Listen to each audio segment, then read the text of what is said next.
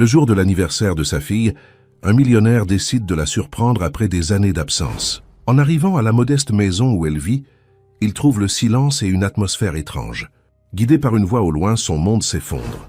Sa fille est dans la porcherie, couverte de boue, nourrissant les porcs. Lorsqu'il découvre la vérité sur sa propre épouse, la belle-mère de sa fille, il est sous le choc. Si cette histoire vous a intéressé, n'oubliez pas de vous abonner à notre chaîne et de nous dire de quelle ville vous nous regardez. Nous continuons. La route qui traversait l'arrière-pays de l'Auvergne-Rhône-Alpes semblait interminable sous le soleil de décembre. Raphaël Dubois tenait le volant de la voiture de location avec des mains moites, le cœur battant de plus en plus vite à mesure qu'il approchait de Trois-Vallées, la petite ville où habitait sa fille. Cela faisait 5 ans qu'il ne l'avait pas vue en personne. 5 longues années de brèves conversations téléphoniques, de promesses reportées, d'anniversaires célébrés uniquement par des virements bancaires et des cadeaux envoyés par la poste. Mais aujourd'hui serait différent. Aujourd'hui, Isabelle fêtait ses 12 ans, et il avait décidé que rien ne l'empêcherait de l'embrasser, de voir son sourire, d'être enfin présent. La culpabilité qu'il portait était lourde comme du plomb. Depuis qu'il s'était séparé de la mère d'Isabelle, quand la fillette n'avait que 2 ans, Raphaël s'était convaincu que la distance était nécessaire. Il travaillait à Paris, dans une entreprise d'ingénierie qui exigeait des déplacements constants. La mère d'Isabelle n'avait pas supporté son absence et avait vite trouvé quelqu'un d'autre. Raphaël, de son côté, avait également refait sa vie, mais n'avait jamais cessé d'envoyer de l'argent tous les mois, n'avait jamais manqué de verser la pension. Lorsque la mère d'Isabelle était partie inopinément 3 ans auparavant, victime de complications de santé que personne n'avait prévues, Raphaël était à l'étranger, concluant un contrat important. La nouvelle était arrivée par téléphone, froide et dévastatrice. Il n'avait pas pu revenir à temps. Il n'avait pas pu lui dire adieu. Et quand il était enfin rentré en France, Isabelle était déjà sous la garde de Claudine, la cousine éloignée de sa défunte mère, qui s'était proposée de s'occuper de la fillette. À l'époque, Raphaël avait pensé que c'était la meilleure solution. Il n'avait pas la structure nécessaire pour s'occuper seul d'une enfant de 9 ans. Il voyageait trop, travaillait trop. Claudine semblait responsable, avait sa propre maison à Trois-Vallées, disait qu'elle adorait les enfants. Raphaël avait signé les documents qui la désignaient comme tutrice temporaire, avait promis de visiter régulièrement et avait continué d'envoyer une somme généreuse tous les mois, plus que la pension originale. De l'argent pour les vêtements, l'école, la nourriture, les loisirs, tout ce dont Isabelle aurait besoin. Mais les visites n'avaient jamais eu lieu. Il y avait toujours un projet urgent, un voyage de dernière minute, un client important. Et Claudine, les rares fois où elle avait répondu à ses appels, disait toujours que tout allait bien, qu'Isabelle était en pleine forme, grandissait, étudiait. Les conversations avec sa propre fille étaient brèves et étranges. Isabelle semblait distante, répondait par monosyllabes, raccrochait rapidement. Raphaël attribuait cela à l'adolescence qui arrivait, au ressentiment naturel d'une fille qui se sentait abandonnée. Jusqu'à ce que la semaine précédente, quelque chose en lui se réveille. C'était peut-être la façon dont Isabelle avait murmuré un rapide « D'accord, papa », avant de raccrocher, quand il avait appelé pour l'informer du cadeau d'anniversaire en route. Ou peut-être le lourd silence qui s'était ensuivi quand il lui avait demandé si elle était heureuse. Quelque chose dans ce silence l'avait profondément perturbé, lui faisant perdre le sommeil pendant plusieurs nuits. Et puis, sur une décision impulsive qu'il ne parvenait pas lui-même à expliquer complètement, Raphaël avait annulé tous ses rendez-vous de la semaine, avait pris sa voiture et était parti pour Trois-Vallées. Maintenant, alors qu'il entrait dans les limites de la ville, la nervosité faisait place à une anxiété différente. Serait-il capable de reconnaître Isabelle? Aurait-elle beaucoup changé? Que lui dirait-elle? Et Claudine, accepterait-elle bien cette surprise? Raphaël n'avait pas prévenu de sa venue. Il voulait que ce soit une véritable surprise. Il voulait voir la joie sur le visage de sa fille en le voyant apparaître à la porte. La maison se trouvait dans un quartier simple, aux rues pavées et aux murs bas. Raphaël se gara à quelques mètres de là et observa la modeste construction au portail vert et au jardin mal entretenu. C'était plus petit qu'il ne l'imaginait. Les fenêtres étaient fermées, les rideaux tirés. Un silence étrange planait sur l'endroit, différent du brouhaha qu'il attendait un jour d'anniversaire d'enfant. Il respira profondément et sortit de la voiture. La chaleur de décembre était suffocante, et il sentit la sueur couler dans son dos, tandis qu'il marchait jusqu'au portail. Il sonna une fois, 2 fois, aucune réponse. Il tenta de regarder à travers les fentes, mais ne pouvait rien voir d'autre que des ombres. Il était sur le point de sonner à nouveau, quand il entendit un bruit venant de l'arrière de la maison. Des voix étouffées, l'une d'elles rauque et irritée. Raphaël contourna la maison par le côté, suivant le son.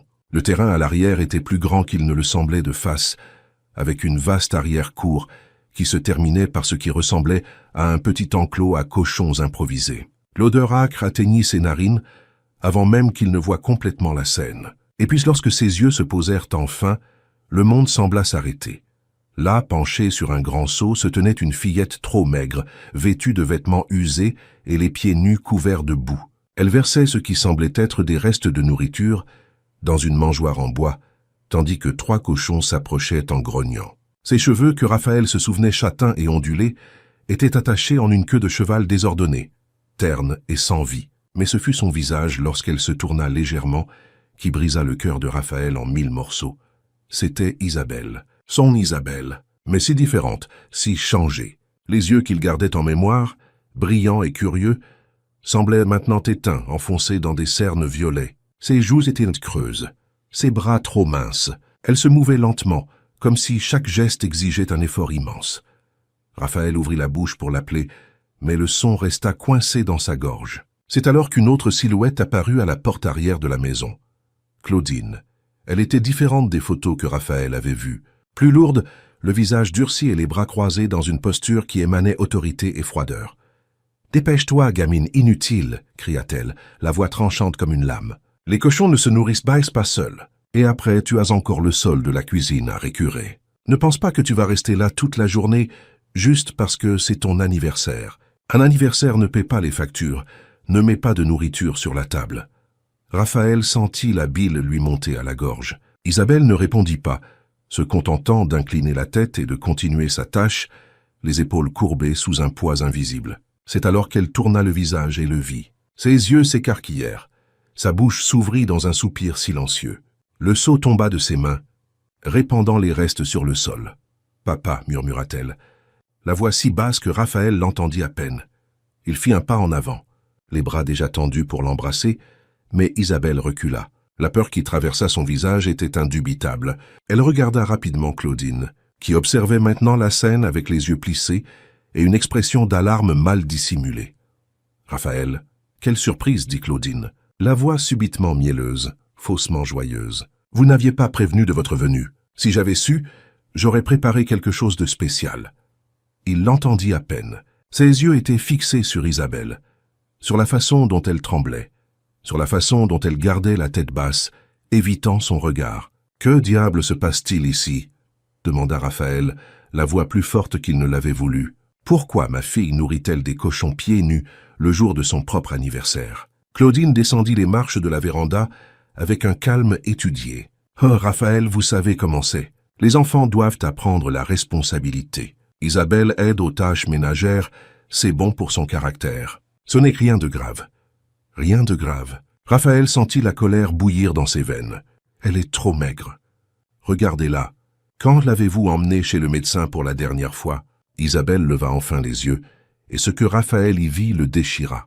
Ce n'était pas seulement de la peur, c'était de la résignation. C'était le regard de quelqu'un qui avait appris à n'attendre rien, à ne demander aucune aide, à simplement survivre.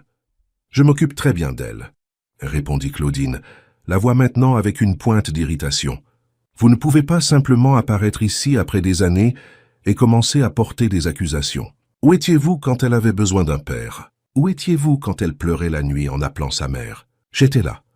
Je m'en suis occupé quand vous ne vouliez pas. » Les mots frappèrent Raphaël comme des coups de poing, car une partie d'entre eux était vraie. Il avait été absent. Il avait choisi le travail, la commodité et la distance. Mais cela ne justifiait pas ce qu'il voyait maintenant. Rien ne le justifiait. « Isabelle, viens ici, dit-il doucement, lui tendant la main.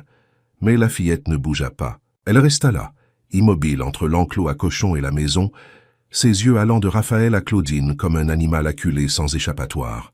« Elle n'ira nulle part, » dit Claudine, faisant un pas en avant. « Vous n'avez pas le droit d'apparaître ici et d'essayer de l'emmener. Je suis la tutrice légale. Si vous tentez de l'emmener d'ici par la force, ce sera considéré comme un enlèvement. » Raphaël serra les poings, luttant contre l'envie de simplement prendre Isabelle dans ses bras et de courir. Mais il savait que Claudine avait raison concernant la loi. S'il agissait impulsivement maintenant, il pourrait perdre toute chance de récupérer sa fille légalement. Il respira profondément, se forçant à garder son calme. Il regarda Isabelle une fois de plus, mémorisant chaque détail de ce qu'il voyait. Les pieds nus et sales, les vêtements déchirés, les bras minces, les mains calleuses d'une enfant qui ne devrait pas connaître le travail pénible. Et il fit une promesse silencieuse là, sur le champ. « Isabelle, dit-il, la voix ferme mais douce, regarde-moi. » Elle leva les yeux lentement. « Je reviendrai, promit-il. Je te sortirai d'ici. Tu ne resteras pas dans cet endroit un jour de plus que nécessaire. Tu m'entends ?» Isabelle cligna des yeux, une seule larme coulant sur sa joue sale. Elle hocha la tête presque imperceptiblement. « Sortez de ma propriété maintenant, » ordonna Claudine, la voix glaciale, « avant que j'appelle la police. » Raphaël jeta un dernier regard à sa fille, gravant cette image dans son esprit, la laissant alimenter la détermination qui brûlait maintenant dans sa poitrine. Puis il se retourna et retourna à sa voiture, chaque pas pesant comme du plomb, mais pas avant de sortir son téléphone de sa poche et de photographier discrètement la scène. L'enclos à cochons. Les conditions précaires. Isabelle toujours là, petite et effrayée. Il avait besoin de preuves. Il avait besoin de tout ce qu'il pourrait utiliser pour l'arracher à cet enfer. Le trajet jusqu'à l'hôtel le plus proche, une simple auberge au centre de Trois-Vallées, passa comme un flou. Raphaël conduisait en pilote automatique, l'esprit bouillonnant d'images de cette scène. Comment n'avait-il pas remarqué? Comment avait-il été si aveugle, si absent, si lâche? Toutes les excuses qu'il s'était données au fil des ans semblaient maintenant pathétiques. Le travail, les voyages, la maladresse avec les enfants, tout était un mensonge. Il n'avait simplement pas voulu affronter la responsabilité, la douleur d'être un père seul, le poids de remplacer la mère qu'Isabelle avait perdue. Dans la petite chambre de l'auberge, avec le ventilateur de plafond grinçant et l'odeur de moisi imprégnée dans les rideaux, Raphaël s'assit au bord du lit et enfouit son visage dans ses mains. Combien de temps Isabelle avait-elle vécu ainsi? Des mois? Des années? Il tenta d'appeler le numéro de Claudine, mais elle ne répondit pas. Il tenta l'ancien portable qu'il avait donné à Isabelle des années auparavant, mais l'appel tomba directement sur la boîte vocale. Le numéro ne sonnait même pas. Il prit son ordinateur portable et ouvrit un nouveau dossier. Il commença à taper frénétiquement. Date d'aujourd'hui, heure de la visite, description détaillée de ce qu'il avait vu, conditions de la maison, état physique d'Isabelle, les mots de Claudine. Tout, chaque détail, aussi petit soit-il, pourrait être important. Il transféra les photos de son portable vers l'ordinateur et les organisa dans un sous-dossier. Elle n'était pas nombreuse, et il regretta de ne pas avoir eu la présence d'esprit de photographier davantage, mais c'était un début. À 20 heures, il tenta de dormir et n'y parvint pas. À 22 heures, il abandonna et commença à chercher sur Google. Droit du père biologique, tutelle légale, maltraitance de mineurs, conseil de la protection de l'enfance, tribunal pour enfants et familles. Plus il lisait, plus son espoir se mêlait au désespoir. Le processus serait long, bureaucratique, et pendant ce temps, Isabelle continuerait dans cette maison. Il trouva le numéro d'une avocate spécialisée en droit de la famille à Thiers, ville voisine. Marianne Lefebvre. Les avis en ligne étaient bons. Il lui envoya un email expliquant la situation, demandant l'urgence, et fut surpris de recevoir une réponse automatique indiquant qu'elle consulterait ses emails dès le matin et rappellerait dès que possible. Il ne put attendre le matin. À 3 heures du matin, Raphaël était de retour dans sa voiture, roulant lentement dans la rue de la maison de Claudine. Le quartier dormait. Seuls quelques chiens aboyaient au loin. Il se gara à quelques mètres de distance dans l'obscurité et observa. La maison était dans le noir, à l'exception d'une faible lumière dans le salon. Il resta là pendant 2 heures, veillant, se sentant à la fois ridicule et désespéré. Mais il devait savoir. Il devait être sûr qu'Isabelle allait bien, ou du moins qu'elle était en vie. Pendant ce temps, à l'intérieur de la maison, Isabelle se réveillait au son strident du réveil que Claudine avait placé dans le grenier humide où elle dormait maintenant. Il était 5h30 du matin. Elle descendit les escaliers grinçants, chaque marche familière dans l'obscurité, et se dirigea directement vers l'arrière-cour. La routine était toujours la même. Nourrir les cochons, ramasser les œufs des poules, chercher du bois pour le poêle à bois que Claudine insistait pour utiliser afin d'économiser le gaz. Le matin était froid et Isabelle n'avait pas de chaussures appropriées. Ses pieds nus touchaient l'herbe mouillée de rosée, puis la terre battue, puis la boue près de l'enclos à cochons. Ses mains lui faisaient mal. Elles étaient pleines de callosité et de petites coupures qui ne semblaient jamais cicatriser complètement. Mais elle avait appris à ne pas se plaindre. Se plaindre ne faisait qu'empirer les choses.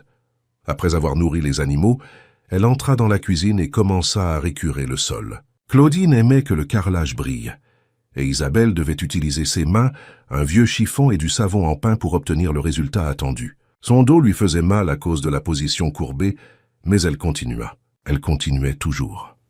À 7 heures, Claudine descendit, déjà habillée et coiffée, et prépara son propre petit déjeuner. Des œufs au plat, du pain beurré, du café au lait. Isabelle resta debout près de l'évier, observant l'estomac gargouillant. Quand Claudine eut fini et quitta la cuisine, Isabelle prit les restes. Un morceau de pain rassis qui avait été mis de côté.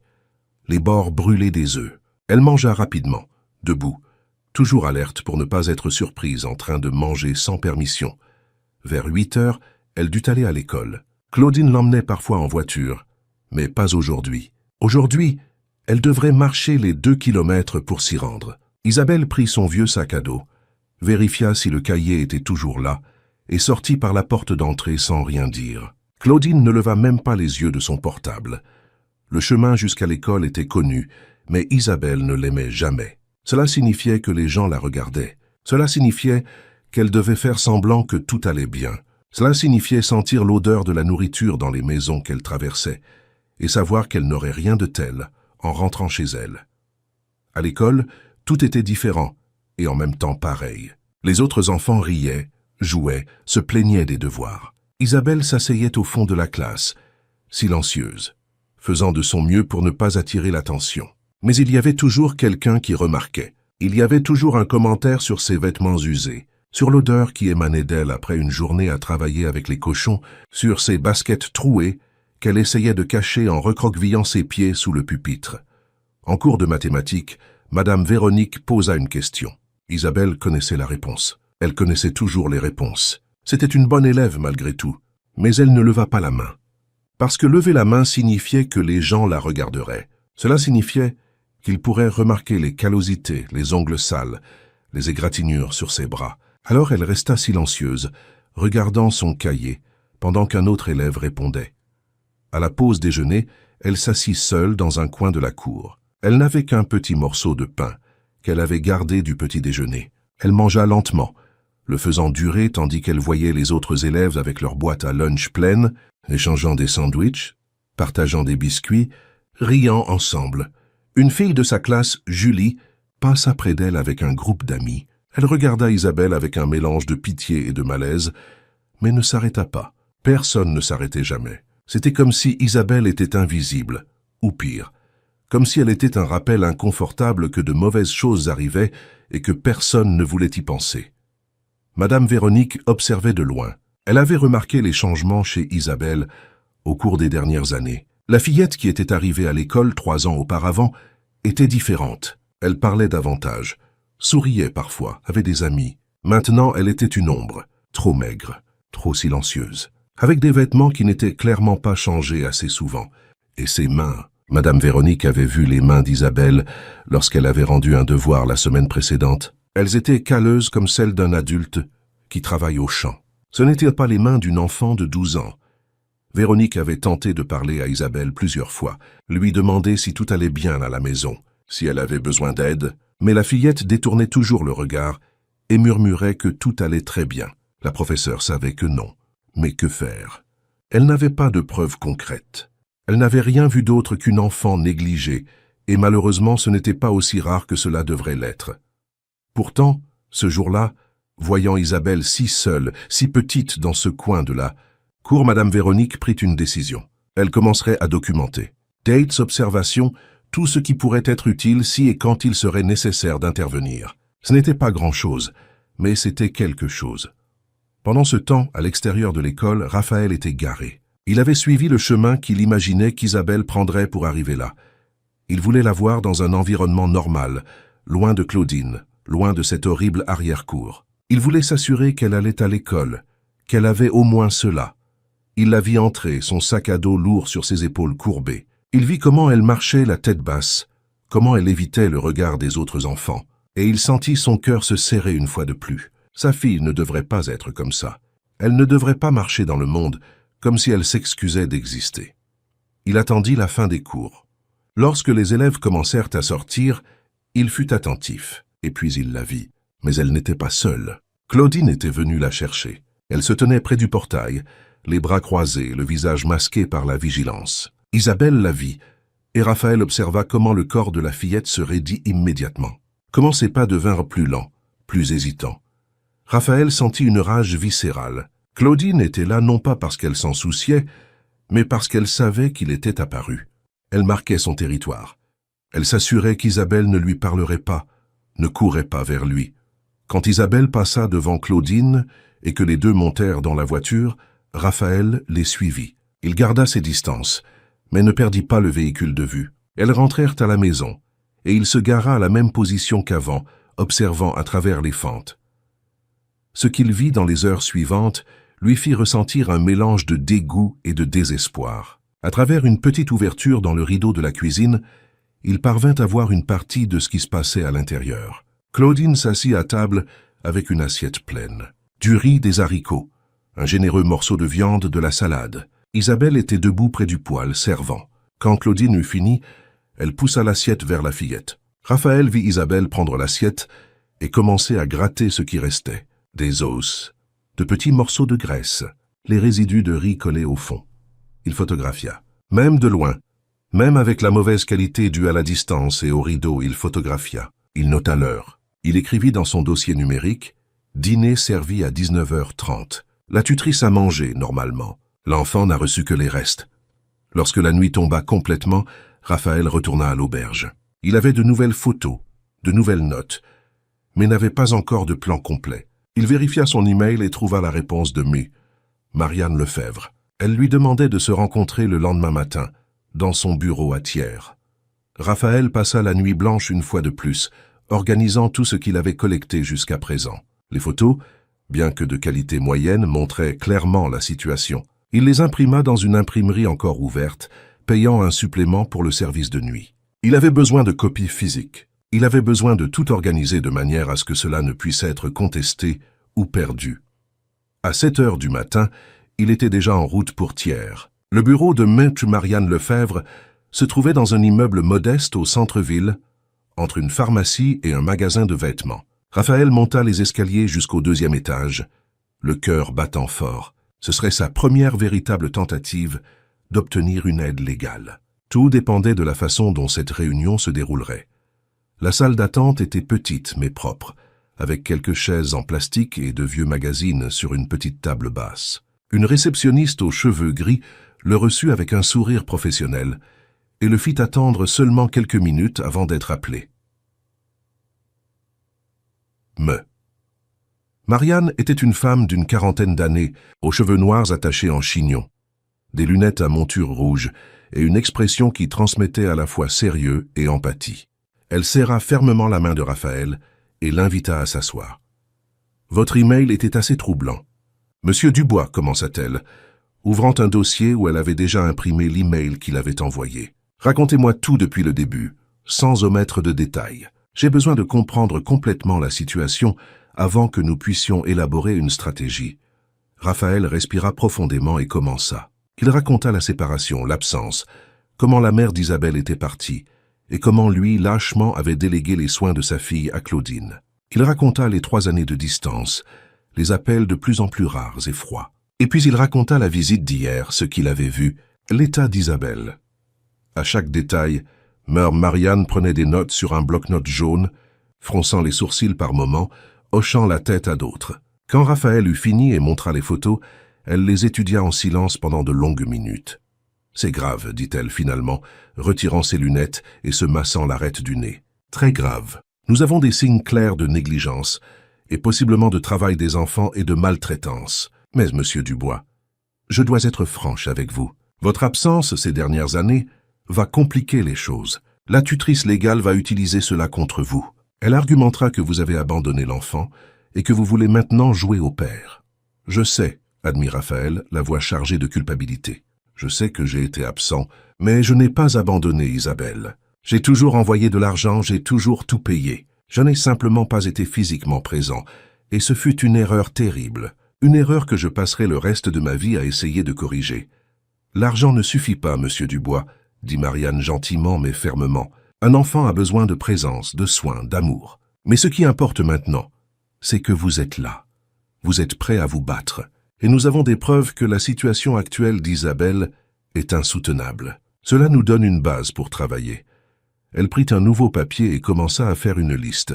Nous devons construire un dossier solide. Premièrement, nous allons déposer une plainte auprès du Conseil de la protection de l'enfant de Trois-Vallées. Ils sont obligés d'enquêter. Deuxièmement, nous avons besoin d'un rapport médical. Isabelle doit être examinée par un pédiatre qui pourra documenter son état, la dénutrition, les callosités, tout signe physique de maltraitance.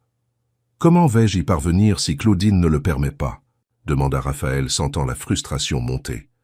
Nous allons y travailler. Le Conseil de la protection de l'enfance a l'autorité d'exiger un examen. Troisièmement, continua Marianne, nous avons besoin de témoins.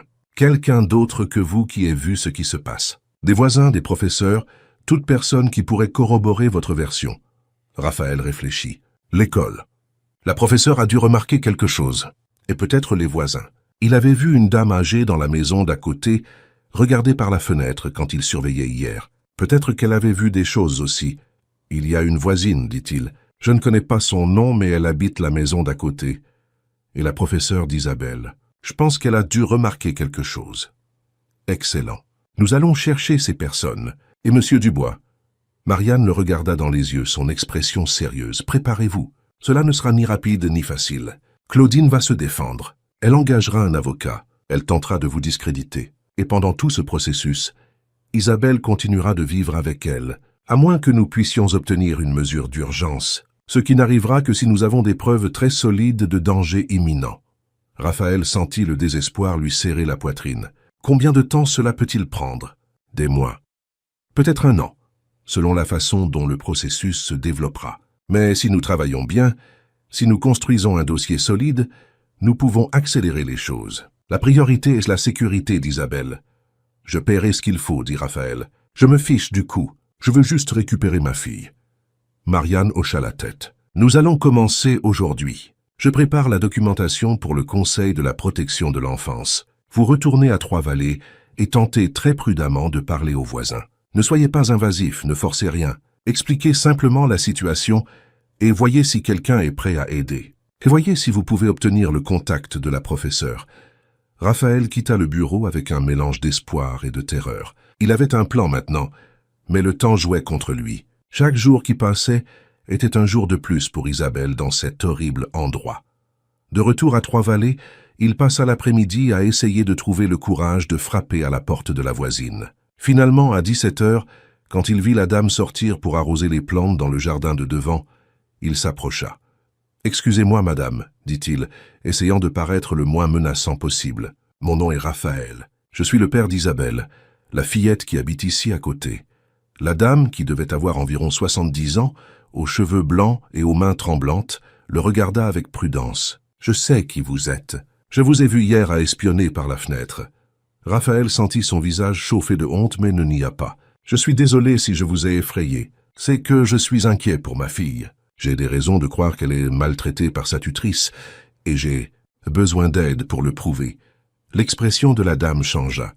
La prudence fit place à quelque chose qui ressemblait à de la tristesse. « Cette fillette, » dit-elle doucement, regardant la maison de Claudine comme si elle avait peur d'être entendue. « Cette pauvre fillette, je la vois depuis des mois travailler comme une esclave. J'ai pensé appeler quelqu'un tant de fois, mais j'ai peur. La femme qui habite là, elle est méchante. Elle a menacé mon chien une fois quand il a beaucoup aboyé. Elle a dit qu'elle allait l'empoisonner. Vous êtes prête à témoigner de ce que vous avez vu ?» demanda Raphaël, essayant de contenir l'urgence dans sa voix. La femme hésita, les mains serrant l'arrosoir. « J'ai peur des représailles. J'habite seul ici, vous savez. Mes enfants sont à Lyon, si elle s'en prend à moi. »« Je comprends, » dit Raphaël rapidement, « et je ne vous forcerai à rien. Mais si vous avez quoi que ce soit, toute preuve qui puisse aider, je vous garantis que votre nom restera protégé autant que possible. » La voisine le regarda un long moment, étudiant son visage. Puis avec un soupir, elle dit « J'ai une caméra. Sur la sonnette. Elle enregistre tout ce qui se passe devant ma maison et capte aussi un morceau de l'arrière-cour de la maison d'à côté. Raphaël sentit son cœur s'accélérer. « Vous pourriez me donner accès à ces enregistrements ?»« Laissez-moi y penser, dit-elle. Revenez demain. Je vais voir ce que j'ai enregistré. Mais promettez-moi que mon nom n'apparaîtra nulle part. Je le promets, » dit Raphaël, et c'était une promesse sincère. Cette nuit-là, de retour à l'auberge, Raphaël reçut un appel de Marianne. Elle avait réussi à organiser une réunion avec le Conseil de la protection de l'enfance pour le lendemain. Raphaël devait être là à 10 heures du matin, avec toutes les preuves qu'il avait jusqu'à présent. Il passa une autre nuit éveillé, cette fois-ci à tout organiser dans un dossier physique. Photos imprimées, notes datées, chronologie des événements, tout ce qui pouvait aider à construire le dossier. Et pendant qu'il faisait cela, il pensait à Isabelle. Dormait-elle ou était-elle forcée de faire une autre tâche? Avait-elle dîné? Avait-elle froid? Les questions le torturaient, mais le motivaient aussi. Chaque document organisé, chaque preuve cataloguée, était un pas de plus pour la sortir de cet endroit. C'était un pas de plus pour tenir la promesse qu'il avait faite. Quand il tenta enfin de dormir, vers 3 heures du matin, il rêva d'Isabelle petite, à 4 ans, courant dans un parc et riant. Dans le rêve, il la prenait dans ses bras et elle disait « Je t'aime, papa ». Et il se réveilla l'oreiller mouillé de larmes, plus déterminé que jamais à faire ce qu'il fallait pour entendre ces mots à nouveau, cette fois dans la vraie vie. Le matin se leva nuageux, menaçant la pluie. Raphaël était à la porte du Conseil de la protection de l'enfance de Trois-Vallées, à 9h50, 10 minutes avant l'heure prévue. Le bâtiment était ancien, avec des murs qui avaient été blancs mais étaient maintenant plus proches d'un beige sale. Un panneau délavé indiquait l'entrée. Marianne arriva ponctuellement à 10 heures, portant une épaisse mallette sous le bras. Elle salua Raphaël d'un signe de tête, et ensemble, ils entrèrent dans le bâtiment. Ils furent reçus par une conseillère de la protection de l'enfance, appelée Madame Hélène, une femme petite et robuste d'une 50aine d'années, aux cheveux courts teints en noir, et à l'expression fatiguée de quelqu'un qui a déjà vu beaucoup de mauvaises choses dans la vie. Elle les conduisit à une petite salle, avec une table en formica rayée et des chaises inconfortables. « Asseyez-vous, dit-elle, prenant un bloc-notes. Alors, qu'avons-nous ici ?»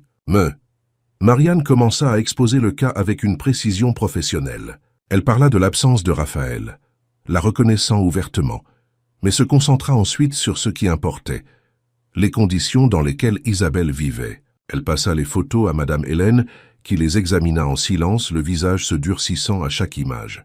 « C'est très sérieux, » dit finalement la conseillère. « Je vais devoir faire une visite à la résidence et parler à l'enfant et à la tutrice. Mais je dois vous prévenir que ces visites sont généralement programmées et la tutrice a le droit d'être présente lorsque nous parlerons à la mineure.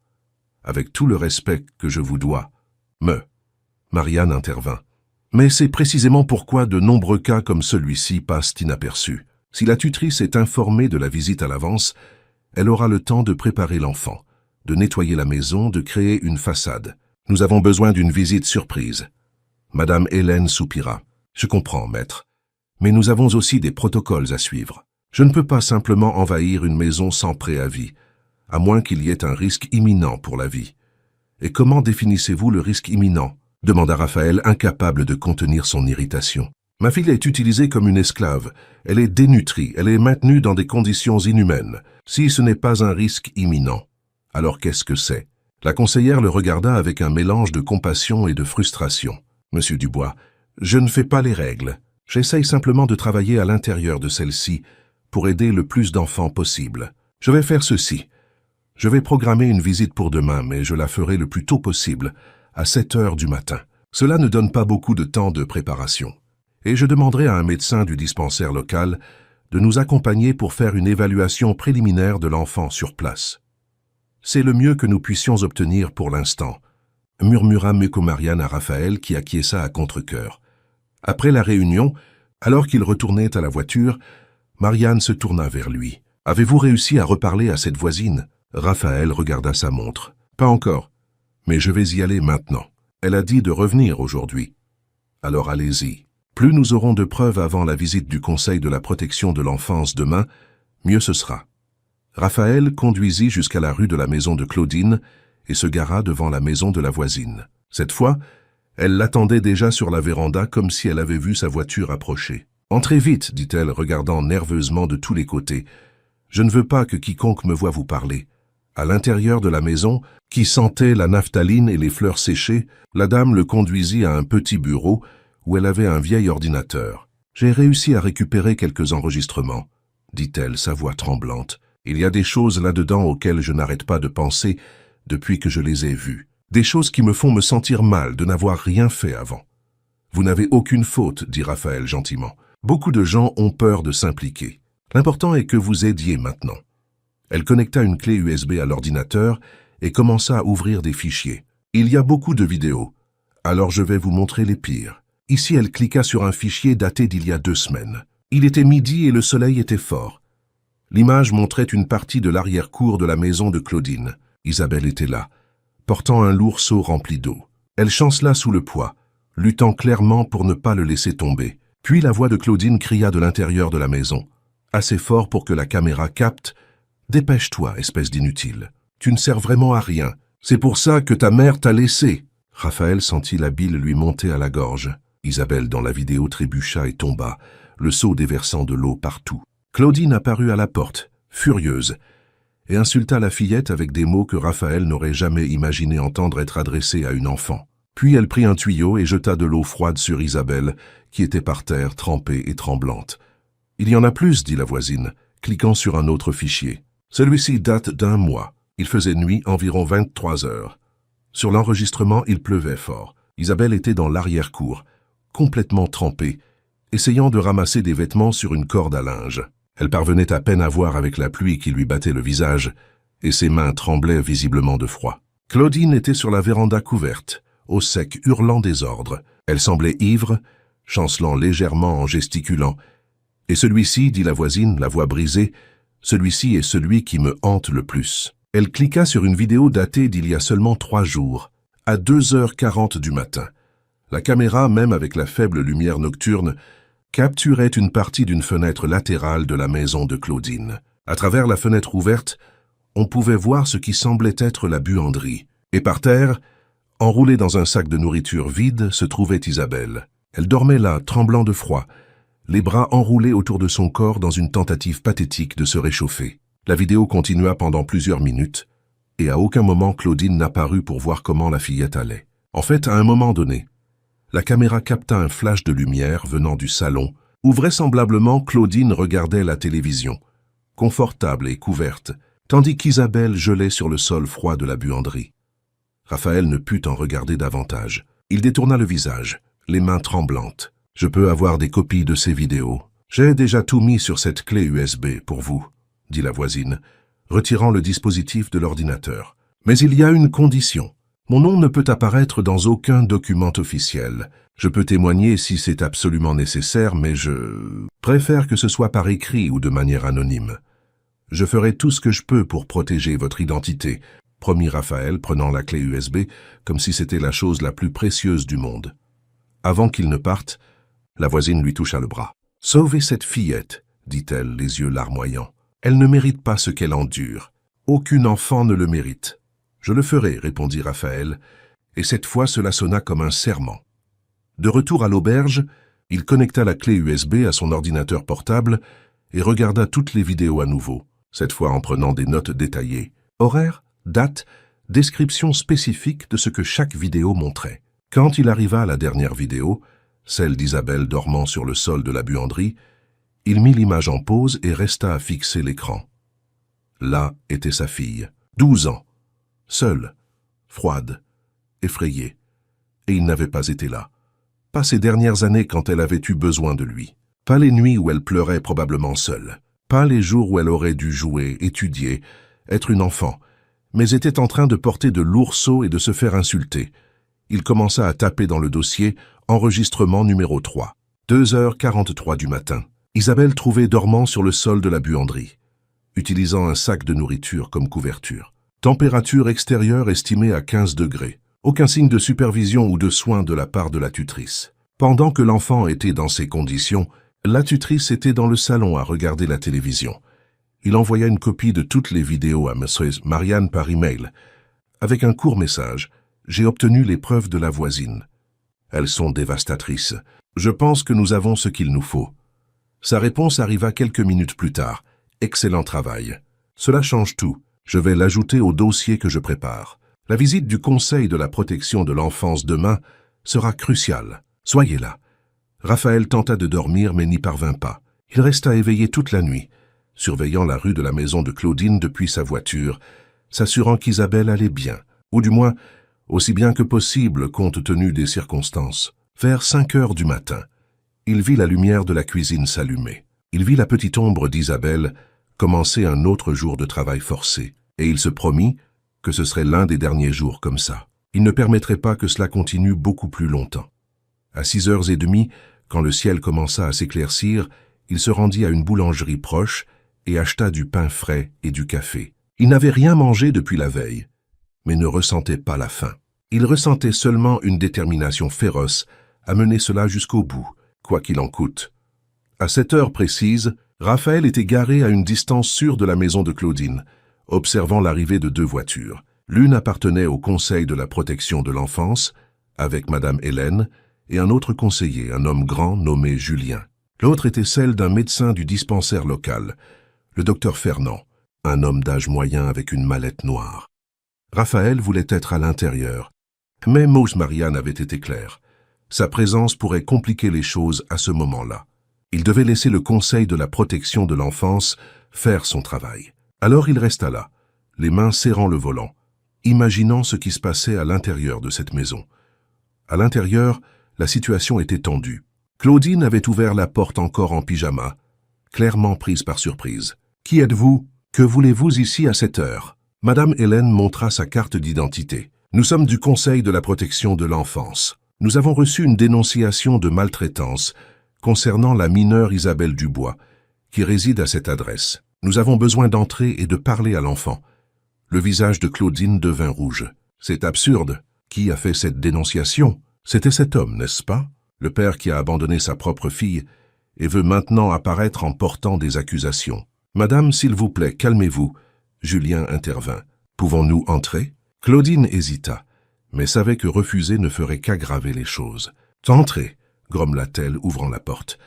La maison à l'intérieur était relativement propre, mais il y avait une odeur étrange dans l'air. Un mélange de moisis, de vieille nourriture et de quelque chose que Madame Hélène ne parvenait pas à identifier. « Où est l'enfant ?»« Elle dort encore, » dit Claudine. « Dans le grenier. »« Dans le grenier ?» Madame Hélène fronça les sourcils. « Elle dort dans le grenier. » « C'est sa chambre. Y a-t-il un problème ?»« Que nous voulons voir, » dit Madame Hélène fermement. Claudine les conduisit à un escalier étroit qui menait à l'étage supérieur. Le grenier était étouffant et humide, avec seulement une petite fenêtre embuée qui laissait à peine entrer la lumière. Dans un coin, sur un matelas fin directement sur le sol, sans draps appropriés, juste une vieille couverture déchirée, se trouvait Isabelle. Elle se réveilla au bruit des gens qui montaient et se recroquevilla immédiatement, les yeux écarquillés de peur. « Isabelle ?» dit Madame Hélène doucement, s'agenouillant à côté de la fillette. « Mon nom est Hélène. Je suis du Conseil de la protection de l'enfance. Nous sommes ici pour parler avec toi. Tu n'as pas besoin d'avoir peur. » Isabelle regarda rapidement Claudine, qui était à la porte du grenier, les bras croisés, puis reporta son regard sur Madame Hélène. Elle ne dit rien. « Claudine, dit le docteur Fernand, serait-il possible que vous attendiez en bas? Nous aimerions examiner la fillette en privé. »« Je suis responsable d'elle, » protesta Claudine. « J'ai le droit d'être présente. Et nous avons l'autorité légale de demander votre absence pendant cet examen initial, » rétorqua Madame Hélène. « S'il vous plaît, descendez. Nous ne tarderons pas. » Claudine lança un regard d'avertissement à Isabelle avant de se retourner et de descendre les escaliers, ses pas lourds résonnant dans la maison. Quand elle fut partie, Madame Hélène toucha gentiment l'épaule d'Isabelle. « Tout va bien maintenant. Nous voulons juste parler et être sûrs que tu vas bien. Je peux te poser quelques questions ?» Isabelle hocha légèrement la tête, mais ne parlait toujours pas.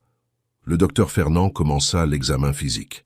Il observa les bras minces, les callosités sur les mains, les ongles cassés et sales. Quand il demanda à Isabelle de se lever, il remarqua à quel point elle était maigre, les os visibles à travers sa vieille chemise de nuit. Il y avait des marques sur son corps. Certaines étaient clairement d'anciennes égratignures, dues au travail avec des animaux ou des objets rugueux. D'autres semblaient être des hématomes à différents stades de cicatrisation, Isabelle, demanda le médecin gentiment, comment as-tu eu ces marques? Je tombe beaucoup, murmura-t-elle. La première phrase complète qu'elle prononça. Je suis maladroite. C'était une réponse répétée. Madame Hélène la reconnut immédiatement. Elle avait travaillé avec des enfants assez longtemps pour savoir quand ils mentaient pour protéger quelqu'un, généralement par peur. Pendant ce temps, à l'école, Madame Véronique arrivait plus tôt que d'habitude. Elle avait une pile de copies à corriger et voulait le faire avant l'arrivée des élèves. En organisant les pupitres, quelque chose attira son attention. Sous le pupitre d'Isabelle, à moitié caché, se trouvait un petit carnet. Véronique le prit et reconnut un journal intime. La couverture était tachée et les bords déchirés. Elle savait qu'elle ne devrait pas le lire, que c'était une intrusion dans la vie privée, mais quelque chose l'incita à l'ouvrir. Et quand elle commença à lire, elle ne put s'arrêter. Les pages étaient remplies d'une écriture enfantine, parfois tremblante, parfois pressée avec tant de force qu'elle déchirait le papier. C'étaient des listes. Tâches quotidiennes. Nourrir les cochons. 5h30 du matin. Laver le sol de la cuisine, 6h. Ramasser du bois, 6h30. Chercher de l'eau dans le réservoir, 7h. La liste continuait, page après page, jour après jour. Et entre les listes, il y avait de courtes phrases désespérées. J'ai tellement faim. Elle ne me laisse pas manger tant que je n'ai pas tout fini. Mes mains me font mal. Je n'arrive pas à tenir le crayon correctement. Elle m'a crié dessus aujourd'hui parce que j'ai cassé une assiette. Elle a dit que j'étais inutile comme ma mère. Véronique sentit ses yeux se remplir de larmes. Elle tourna d'autres pages. J'ai peur d'elle quand elle boit. Elle devient plus en colère. Une fois, elle m'a poussé et je me suis cogné la tête contre la table. Ça a fait très mal, mais je n'ai pas pleuré, parce que pleurer empire les choses. Et puis, sur une page qui semblait avoir été écrite avec une angoisse particulière, les lettres tremblantes et maculées, comme si elles avaient été mouillées par des larmes. Véronique lut. Elle a dit que je devais utiliser du journal. Elle a dit qu'un enfant sale n'avait pas besoin de rien de propre. J'ai utilisé le journal qu'elle m'a donné. Je me sens si sale. J'aurais voulu prendre un bain, mais elle a dit que je ne pouvais qu'une fois par semaine pour économiser l'eau. Mon père me manque. Se souvient-il de moi? Reviendrait-il s'il savait? Véronique ferma le journal, les mains tremblantes. Ce n'était pas seulement de la négligence. C'était de l'abus systématique. C'était de la cruauté délibérée. Elle devait faire quelque chose. Immédiatement. Elle prit son téléphone et prit des photos de plusieurs pages du journal. Puis elle rangea soigneusement le carnet dans le tiroir de son bureau. Elle devait le rendre à Isabelle, mais d'abord elle devait tout documenter. Elle ouvrit son ordinateur et commença à écrire un rapport détaillé. Date, heure, conditions dans lesquelles elle avait trouvé le journal, résumé du contenu. Tout ce qui pouvait être utile. Puis elle se souvint de l'homme qu'elle avait vu à l'extérieur de l'école quelques jours auparavant. Elle n'était pas sûre, mais quelque chose dans la façon dont il regardait Isabelle quand elle sortait, l'intensité de son regard, fit soupçonner à Véronique que ce pourrait être le père. Si c'était le cas, il devait voir cela.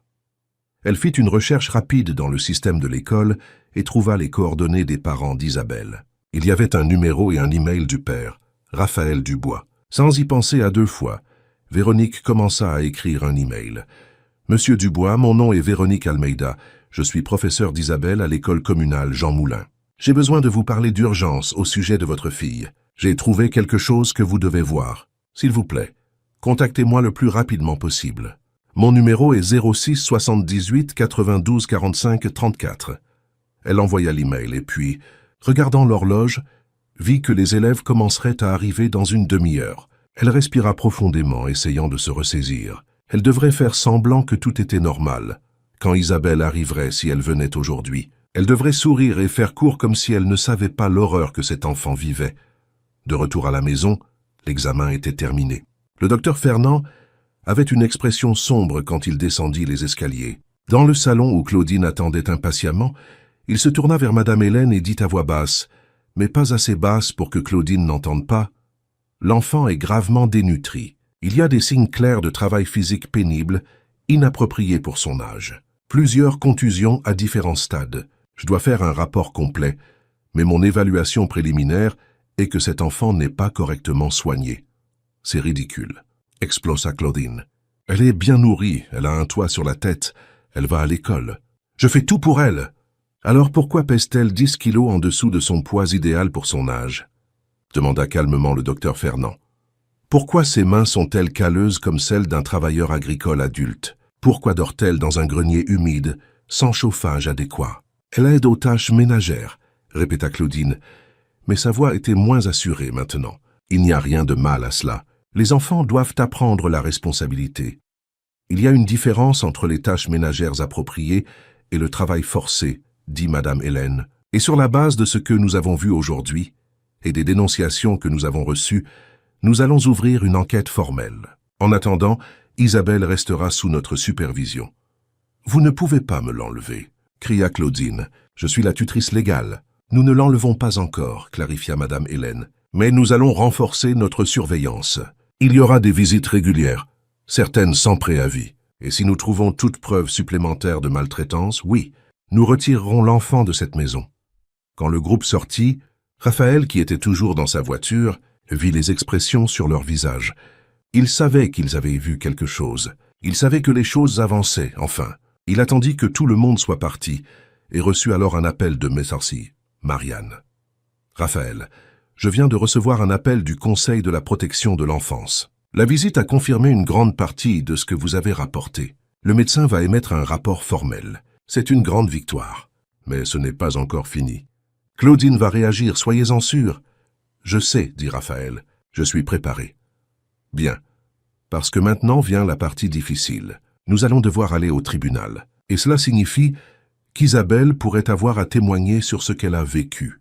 Vous devez également être préparé à cela. Raphaël ferma les yeux, imaginant sa petite fille devoir revivre tout cela devant un tribunal. L'idée était dévastatrice, mais si c'était ce qu'il fallait faire pour la sortir de là, alors cela serait fait. Je ferai ce qu'il faut, dit-il. L'email de Madame Véronique arriva sur le portable de Raphaël peu après midi. Il déjeunait seul dans un restaurant simple quand le téléphone vibra. Il lut rapidement le message et sentit son cœur s'accélérer. Une professeure qui avait des informations sur Isabelle. Cela pourrait être exactement ce dont il avait besoin.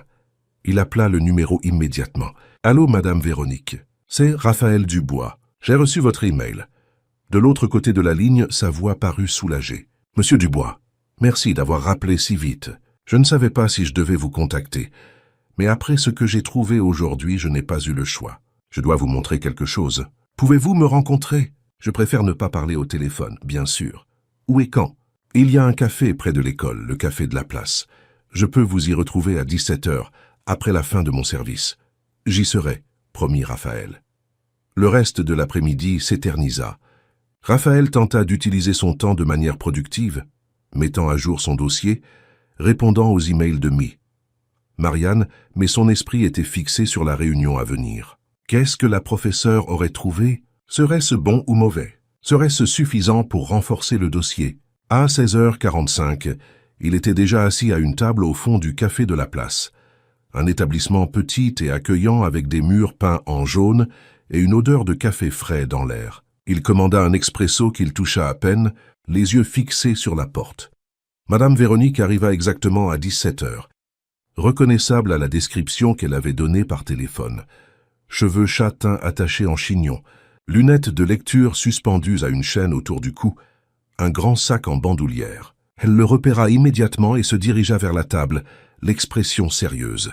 « Monsieur Dubois. » Elle lui tendit la main. « Véronique Almeida. »« S'il vous plaît, appelez-moi Raphaël, dit-il, lui serrant la main. « Asseyez-vous. Voulez-vous commander quelque chose? Un thé, s'il vous plaît. » Raphaël passa la commande puis reporta son attention sur elle. La professeure semblait nerveuse, ses mains tripotant la sangle de son sac. Finalement, elle commença à parler. « Monsieur Dubois, Raphaël, je connais Isabelle depuis 3 ans. Elle est entrée dans ma classe quand elle avait 9 ans, peu après le décès de sa mère. Depuis, j'ai observé en elle une transformation qui me préoccupe profondément. Elle était autrefois une fillette plus bavarde, plus engagée. Au cours des 2 dernières années, elle est devenue une ombre. » Raphaël acquiesça, l'encourageant à continuer. Je me doutais déjà que quelque chose n'allait pas à la maison. Les vêtements toujours usés et sales, les callosités sur les mains, l'isolement social, la façon dont elle semble avoir peur de tout. Mais ce matin, Véronique respira profondément. J'ai trouvé son journal intime. Il était sous son pupitre. Je sais que je n'aurais pas dû le lire, mais quand j'ai commencé, je n'ai pas pu m'arrêter. Elle sortit son téléphone de son sac et ouvrit la galerie de photos. Ce sont des images de pages du journal. Je lui ai rendu le carnet après avoir photographié. Je ne voulais pas qu'elle remarque qu'il manquait et qu'elle soit plus effrayée. Raphaël prit le téléphone avec des mains tremblantes. Il commença à faire défiler les images. Chaque page était un coup de poignard. Les listes interminables de tâches, les descriptions de faim, de douleur, de peur, les mots cruels que Claudine avait prononcés, et cette phrase sur le journal, sur le fait de se sentir sale, sur le fait que son père lui manquait.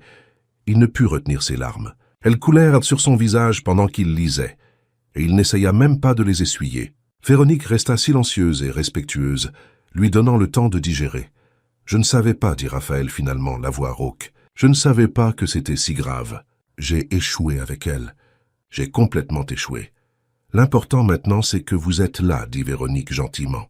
Vous faites quelque chose. Je veux aider. Je suis prête à témoigner de tout ce que j'ai vu et observé ces dernières années. Son isolement, les changements de comportement, les conditions physiques. Et ces photos du journal peuvent-elles être utilisées comme preuve? Bien sûr, dit Raphaël, essuyant ses yeux. Puis-je les envoyer à mon avocate? Bien sûr. Et il y a autre chose. Véronique hésita. Isabelle a mentionné dans son journal que vous lui manquiez, qu'elle se demandait si vous reviendriez si vous saviez. Je pense que vous devez savoir que, malgré tout, elle veut toujours que vous soyez dans sa vie. Il est encore temps de réparer cela.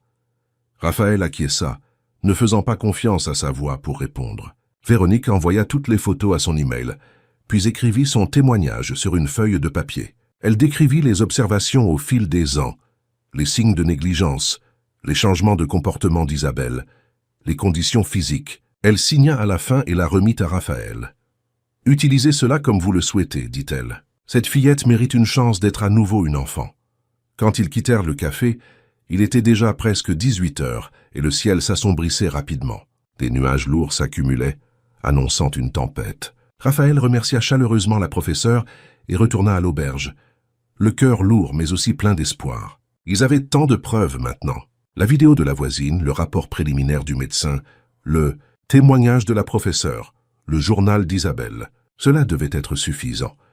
Il passa les 2 heures suivantes dans sa chambre, envoyant tout à Marianne et organisant la documentation. Il était si absorbé par son travail qu'il ne remarqua presque pas quand la pluie commença. Mais il devint vite impossible de l'ignorer. Ce n'était pas une pluie ordinaire, c'était une violente tempête. C'est avec des coups de tonnerre qui faisaient trembler les fenêtres et des éclairs qui illuminaient le ciel sombre.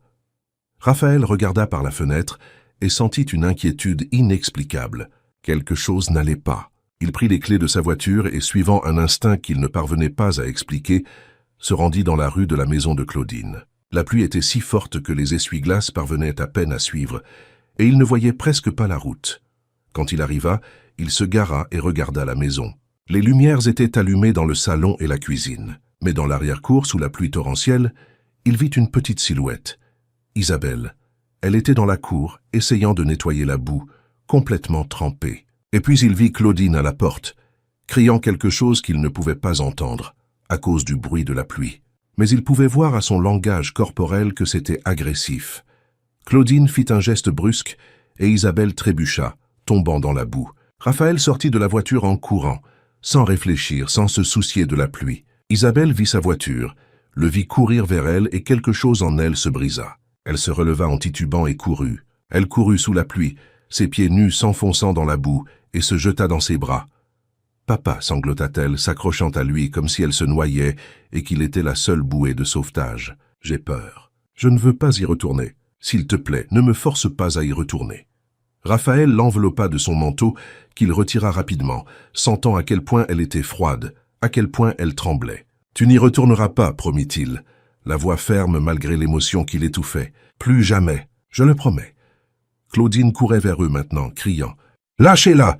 Vous n'avez pas le droit! Je vais appeler la police. »« Appelez, » répondit Raphaël, soulevant Isabelle dans ses bras. « Ce sera mieux ainsi, parce que je ne laisserai pas ma fille retourner dans cette maison. Pas même une minute de plus. » Il installa Isabelle dans la voiture, mit le chauffage au maximum et se dirigea directement vers un petit hôtel qu'il avait vu près de la gare routière. C'était plus simple que l'auberge où il était, mais il avait des chambres individuelles et était discret. Il s'enregistra en utilisant de l'argent, demandant de l'intimité, et emmena Isabelle dans la chambre. Elle tremblait tellement que ses dents claquaient. Raphaël alluma la douche chaude et l'aida à se nettoyer, gardant la porte de la salle de bain entr'ouverte pour respecter son intimité, mais pouvoir toujours l'entendre. Puis il l'enveloppa dans des serviettes propres, et elle enfila des vêtements qu'il avait achetés quelques jours auparavant, dans un accès d'espoir qu'un jour, elle en aurait besoin.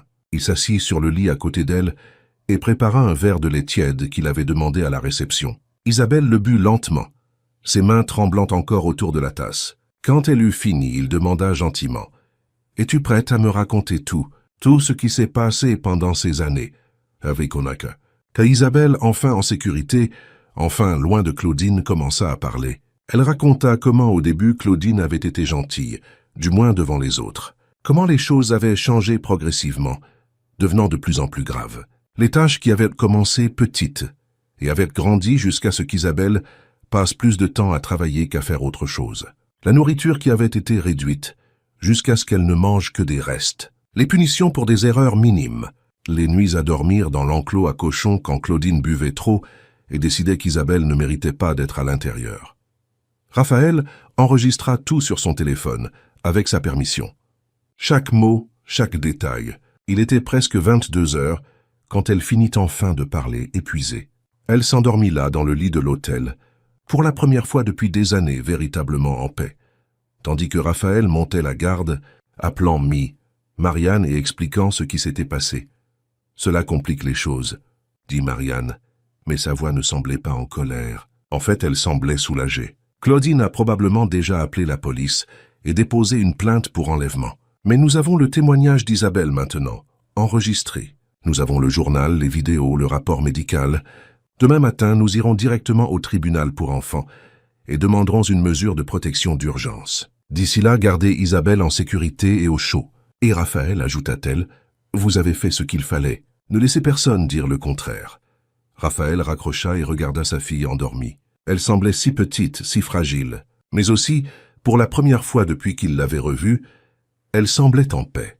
Il caressa doucement ses cheveux et murmura une promesse dans l'obscurité de la chambre. « Je vais arranger ça.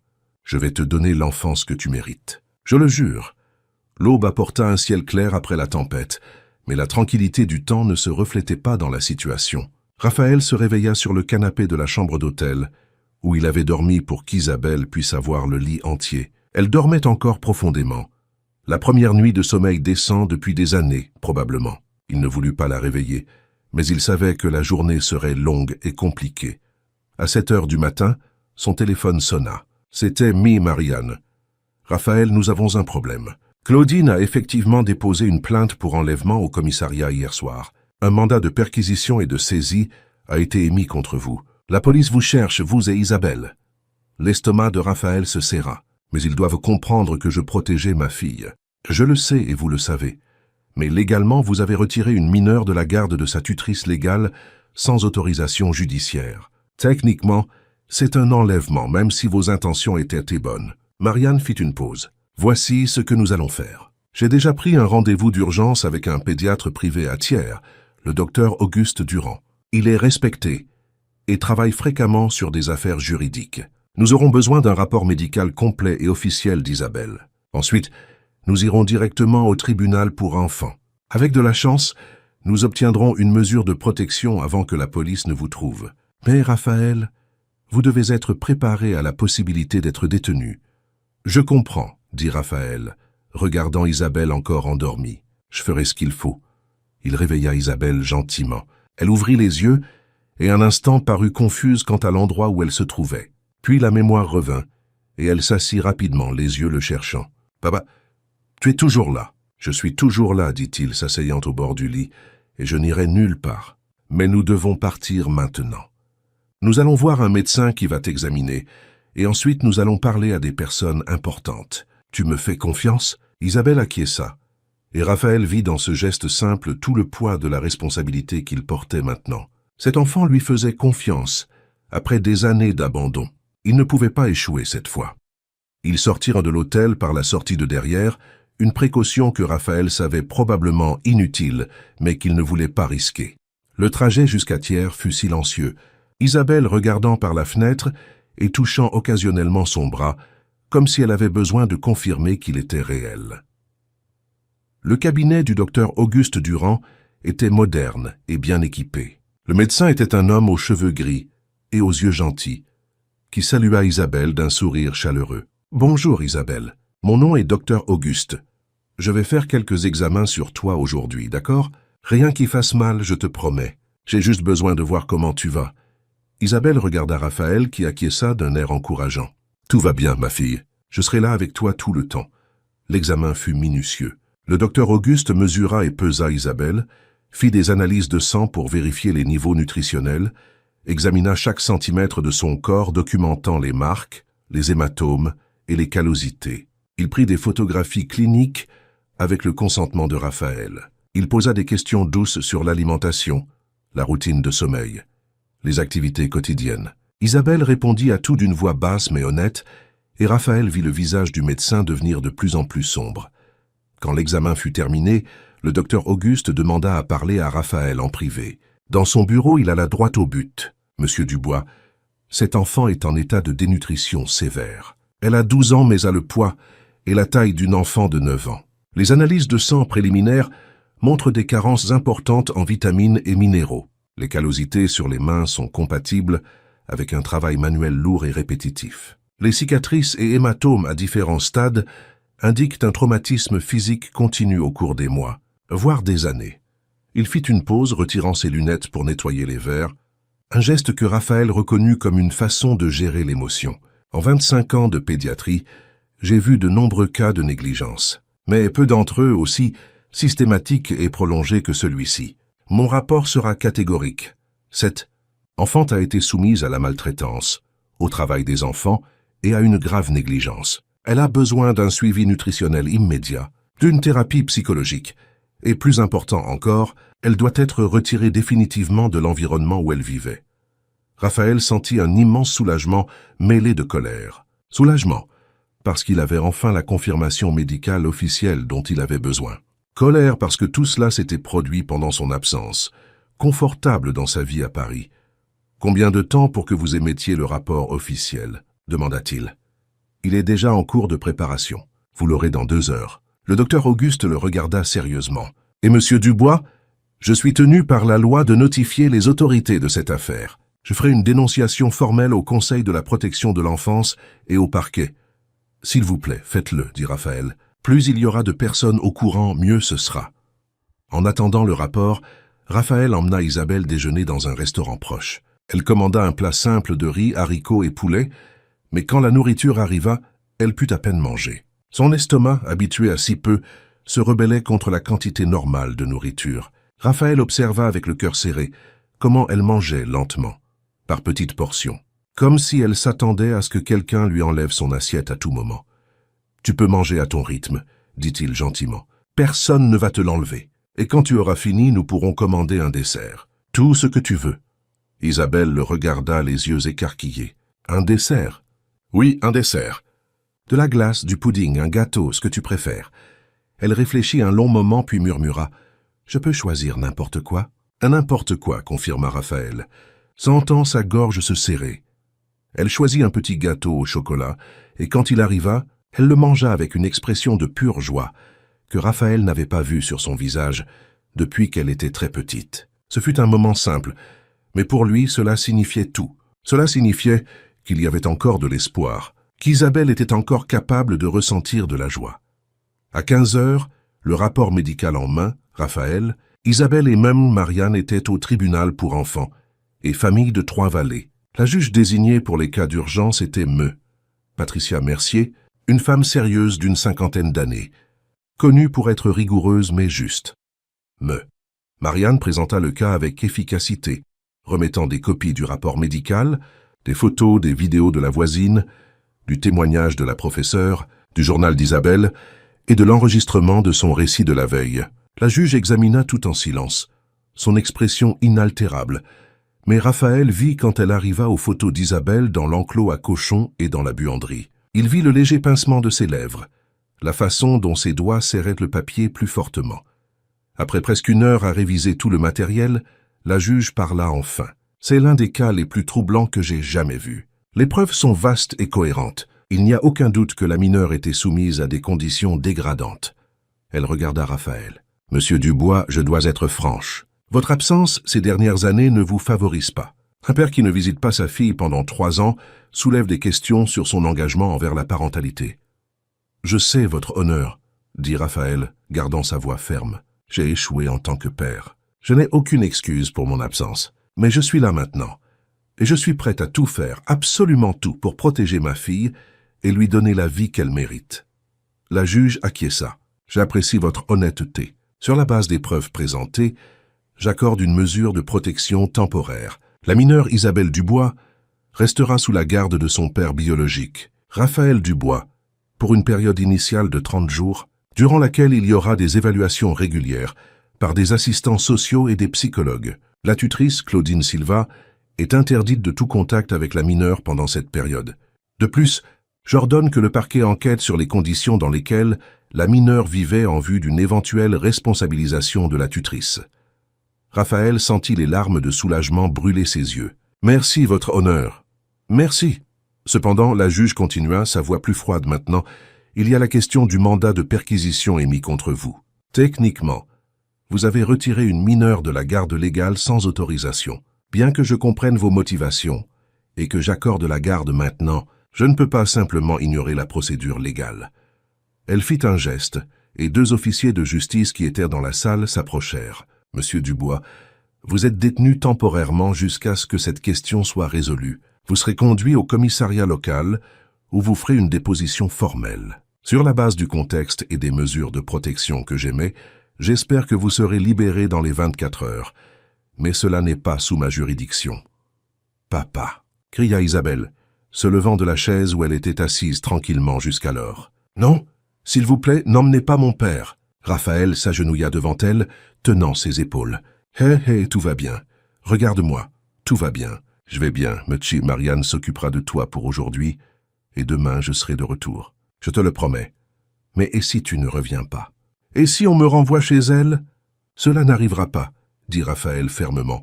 La juge a dit que tu resterais avec moi. Elle a donné un ordre, et les ordres des juges doivent être obéis. Tu es en sécurité maintenant. J'ai juste besoin de régler ce problème légal, et ensuite je reviendrai. Tu me fais confiance? Isabelle le regarda dans les yeux et y vit la sincérité. Lentement, elle acquiesça, les larmes coulant sur son visage. Je te fais confiance. La cellule du commissariat était petite et humide, avec un banc de béton et une seule fenêtre haute qui laissait entrer un étroit faisceau de lumière. Raphaël s'y assit, les mains tremblantes non de peur mais d'un mélange de colère et d'épuisement. Il avait fait ce qu'il fallait.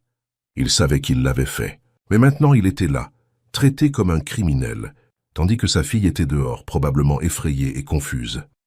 Alors Marianne avait assuré qu'elle s'occuperait d'Isabelle, l'emmenant dans un hôtel confortable et s'assurant qu'elle soit en sécurité, jusqu'à ce que la situation soit résolue. Mais cela ne calmait pas l'angoisse que Raphaël ressentait. Chaque minute passée là était une minute loin d'Isabelle après l'avoir enfin retrouvée. Le commissaire responsable de l'affaire, Henri Fournier, était un homme d'âge moyen avec un ventre proéminent et une épaisse moustache. Il entra dans la salle d'interrogatoire où Raphaël était détenu, une mallette sous le bras et une expression de quelqu'un qui avait déjà tout vu dans la vie.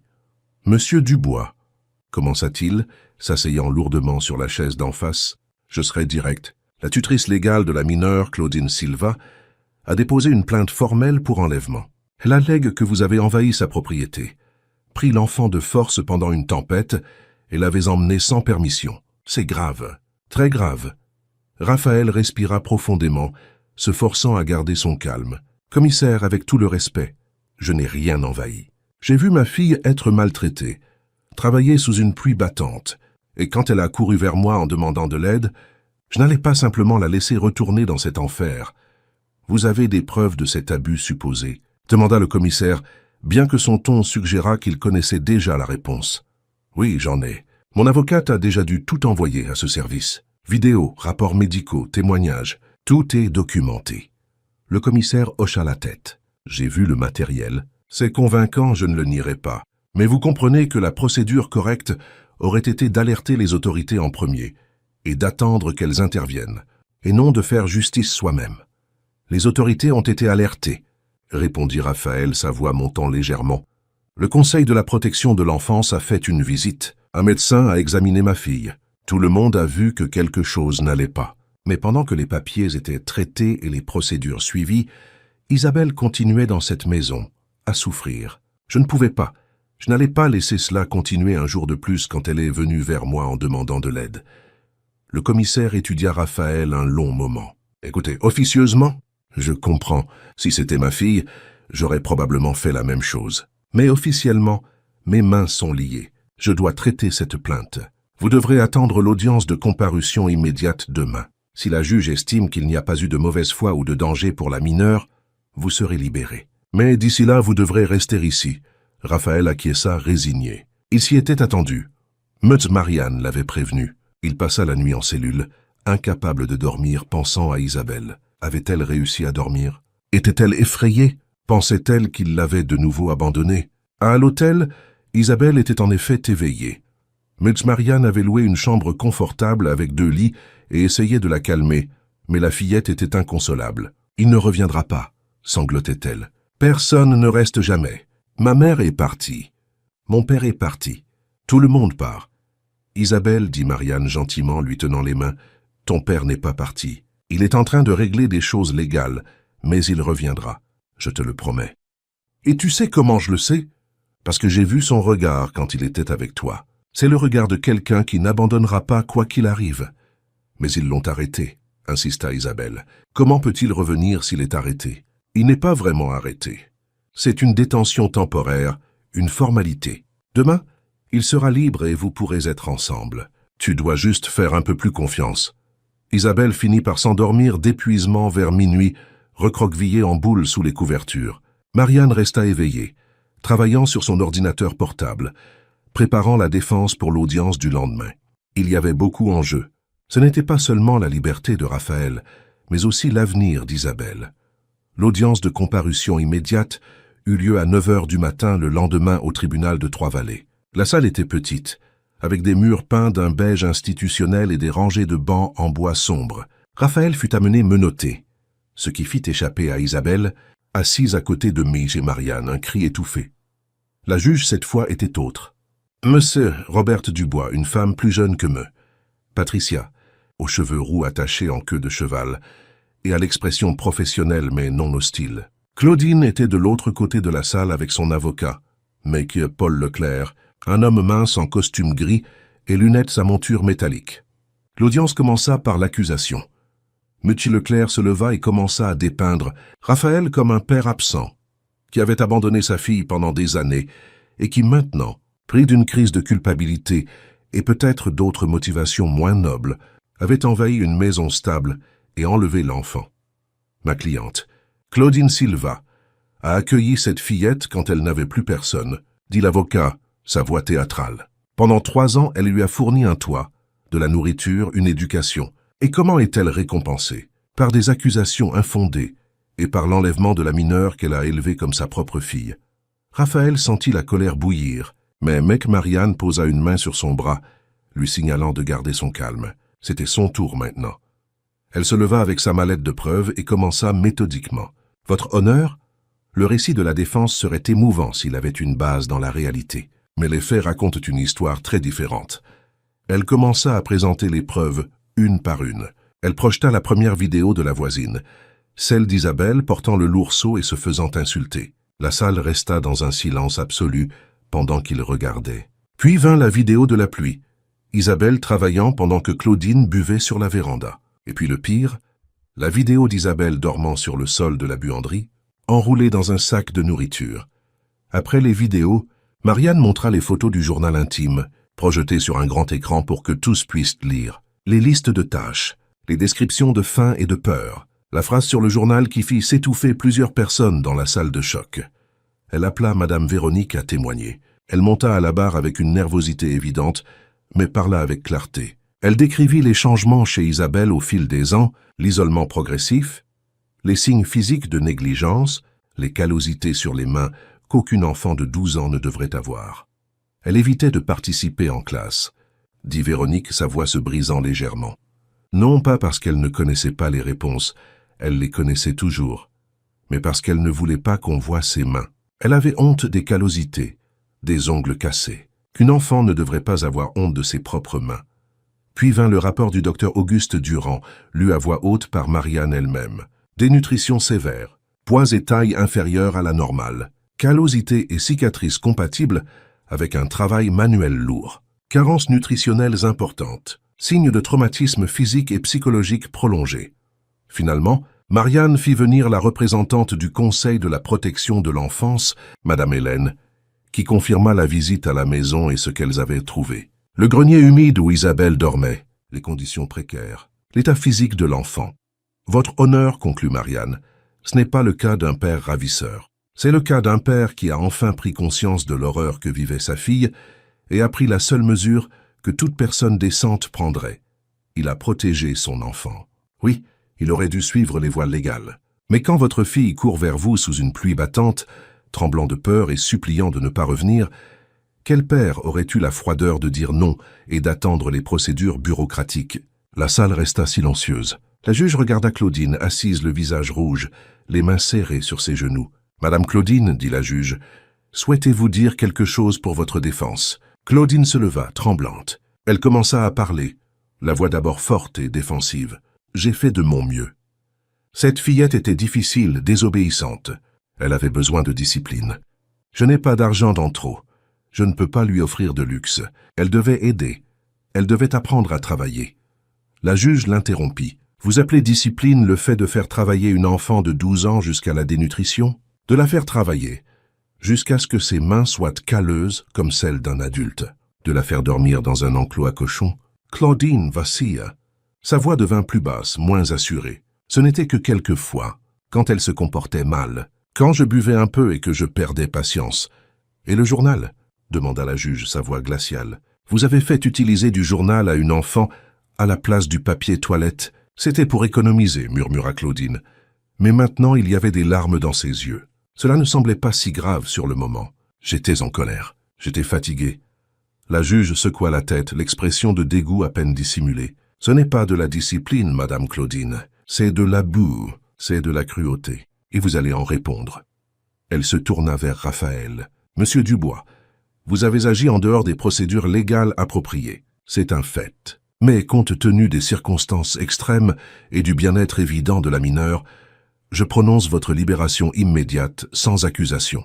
L'affaire de garde sera transférée au tribunal pour enfants, mais sur la base des preuves présentées, je recommande fortement que la garde permanente soit accordée au père biologique. » Raphaël sentit ses jambes presque céder de soulagement.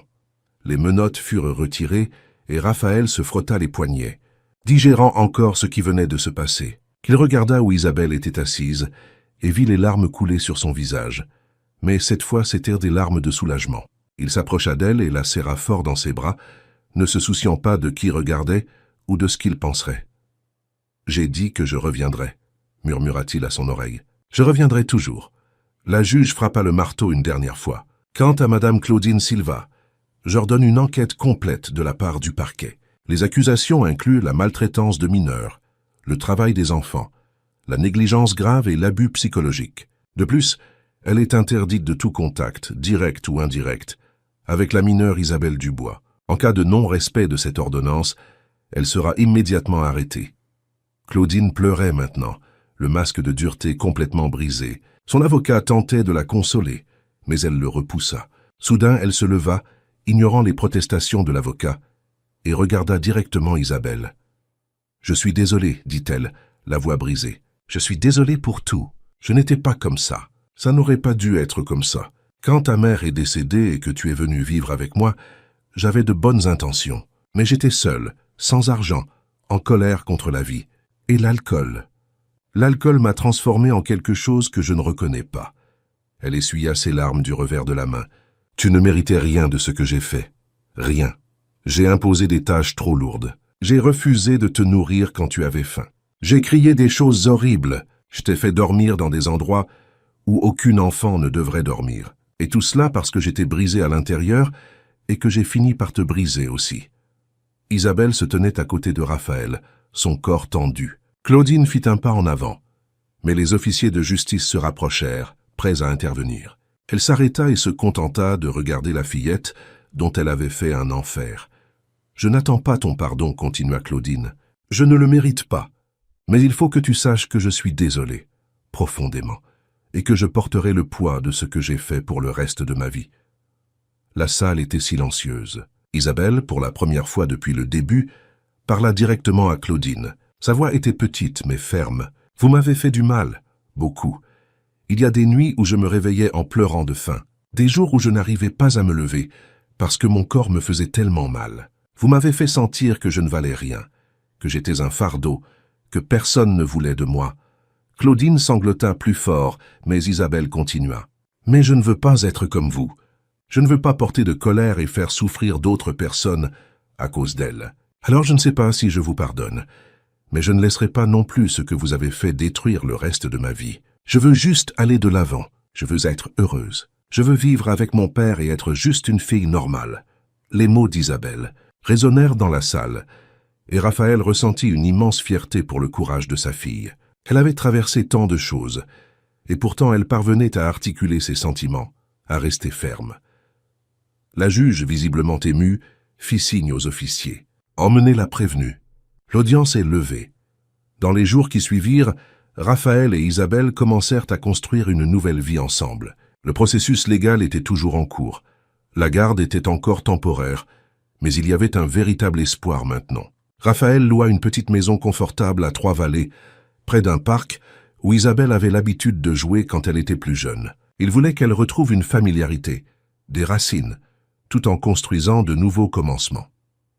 La transition ne fut pas facile. Isabelle se réveillait parfois au milieu de la nuit en criant, faisant des cauchemars avec Claudine. Elle avait du mal à accepter que la nourriture était vraiment la sienne, que personne n'allait la lui enlever. Elle mangeait lentement, par petites portions, demandant toujours si elle pouvait en manger plus. Raphaël dut apprendre à être patient, à ne pas la presser, à la laisser guérir à son propre rythme. Ils commencèrent une thérapie. Raphaël trouva une psychologue spécialisée dans le traumatisme infantile, le docteur Béatrice Leroy, une femme chaleureuse d'une quarantaine d'années qui avait un cabinet accueillant rempli de coussins colorés et de jouets. Les séances étaient difficiles. Isabelle devait parler de choses qu'elle préférait oublier, revivre des moments douloureux. Mais le docteur Béatrice était douce et patiente, et peu à peu Isabelle commença à s'ouvrir. Lors des séances conjointes, Raphaël dut également faire face à sa propre culpabilité et à son absence. Le docteur Béatrice ne l'épargna pas. « Monsieur Raphaël, dit-elle lors d'une de ses séances, Isabelle a besoin que vous soyez présent maintenant, mais elle a aussi besoin de comprendre pourquoi vous ne l'étiez pas avant. Les enfants intériorisent l'abandon de manière complexe.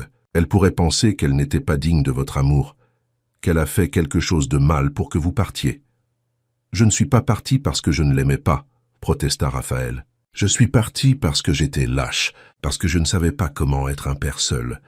Et elle a besoin d'entendre cela de votre part, directement, sans détour. » Cette nuit-là, après le dîner que Raphaël avait préparé avec tout le soin, des crêpes qu'Isabelle avait demandées, ils s'assirent dans le salon. Raphaël respira profondément et commença à parler vraiment pour la première fois. « Isabelle, il y a quelque chose que je dois te dire. Quelque chose que j'aurais dû dire il y a longtemps. Quand ta mère est partie, je me suis senti perdu. Je ne savais pas comment être un père seul. J'avais peur d'échouer, de ne pas être suffisant. Alors j'ai choisi le chemin le plus facile. Je me suis caché dans le travail et j'ai laissé d'autres personnes s'occuper de toi. » Isabelle l'observait en silence, les yeux grands et attentifs. Mais ce n'était pas parce que je ne t'aimais pas. C'était parce que j'étais faible, parce que j'ai choisi mon confort au lieu d'affronter la difficulté. Et à cause de ce choix lâche, tu as souffert. Tu as passé des années dans une situation terrible, pendant que j'étais à Paris, confortable, me convainquant que je faisais assez en envoyant de l'argent tous les mois. Il prit ses mains, si petites dans les siennes. « Je suis désolé, plus que les mots ne peuvent l'exprimer. Et je sais que dire pardon n'efface pas les années de douleur. Mais je suis là maintenant, et je n'irai nulle part. Je serai présent tous les jours. Je t'emmènerai à l'école, je ferai le dîner, j'aiderai avec les devoirs, je serai dans les gradins quand tu courras ou joueras, ou feras tout ce que tu voudras faire. Parce que tu mérites un vrai père, pas seulement quelqu'un qui envoie de l'argent. » Isabelle resta silencieuse un long moment, puis demanda la voix petite. « Tu promets ? Tu promets vraiment que tu ne repartiras pas ?»« Je le promets, » dit Raphaël, et il savait qu'il faisait le serment le plus important de sa vie. « Tu peux me le rappeler, tu peux me rappeler cette promesse chaque fois que tu en auras besoin. Mais je ne la briserai pas, plus jamais. Au fil des jours, la routine commença à s'établir. Raphaël se levait tôt, préparait un petit déjeuner nutritif. Des crêpes, des fruits, des œufs brouillés, tout ce qu'Isabelle voulait. Puis il l'emmenait à l'école, où Madame Véronique lui offrait toujours un sourire encourageant. Véronique était devenue une alliée importante, informant Raphaël des progrès d'Isabelle, de la façon dont elle s'intégrait mieux avec ses camarades. Les autres enfants, initialement curieux, et certains même cruels avec leurs commentaires, acceptèrent progressivement Isabelle de nouveau dans le groupe. Le fait qu'elle commençât à participer davantage en classe, à lever la main quand elle connaissait les réponses, aida. Avec une nutrition adéquate et un sommeil régulier, son esprit était plus clair, plus rapide. Ses notes, qui étaient bonnes même au milieu de la souffrance, étaient maintenant excellentes. Raphaël dut également réorganiser sa propre vie. Il parla à son chef à Paris, expliqua la situation. Il obtint un accord pour travailler à distance la plupart des jours, ne se rendant à Paris que lorsque c'était absolument nécessaire, et même alors, seulement pour une journée, revenant toujours le soir même. Il n'allait pas laisser Isabelle seule la nuit, pas après tout ce qui s'était passé. Il vendit son appartement à Paris et utilisa l'argent pour acheter la maison qu'il louait à Trois-Vallées. Il voulait qu'Isabelle ait de la stabilité, un endroit qui soit vraiment le sien. Il la laissa choisir la couleur des murs de sa chambre. Elle choisit un bleu clair comme le ciel. Ils achetèrent des meubles ensemble, et elle fut émerveillée par l'idée qu'elle pouvait choisir des choses, que son opinion comptait. Le soir, Raphaël établit une routine de lecture d'histoire avant de dormir. Isabelle, à 12 ans, était peut-être trop âgée pour cela selon les normes conventionnelles, mais elle adorait. Ils lisaient ensemble, alternant les pages, puis discutaient du livre. C'étaient des moments simples mais précieux, reconstruisant un lien qui avait été brisé et négligé pendant si longtemps.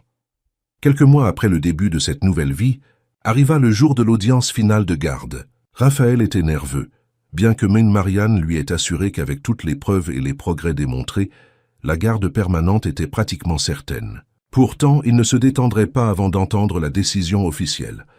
La juge maître Patricia Mercier, qui avait accordé la mesure de protection initiale, présidait. Elle examina tous les rapports des assistants sociaux qui avaient visité la maison plusieurs fois. Elle lut l'avis de la psychologue attestant des progrès significatifs d'Isabelle. Elle examina les rapports scolaires, montrant une amélioration tant académique que sociale. Elle regarda les photos récentes d'Isabelle, maintenant avec des joues plus pleines, des yeux plus brillants, un sourire sincère sur le visage.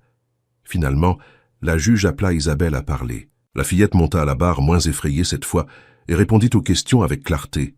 « Isabelle, demanda la juge gentiment, êtes-vous heureuse de vivre avec votre père ?»« Oui, madame, répondit Isabelle sans hésiter. Très heureuse.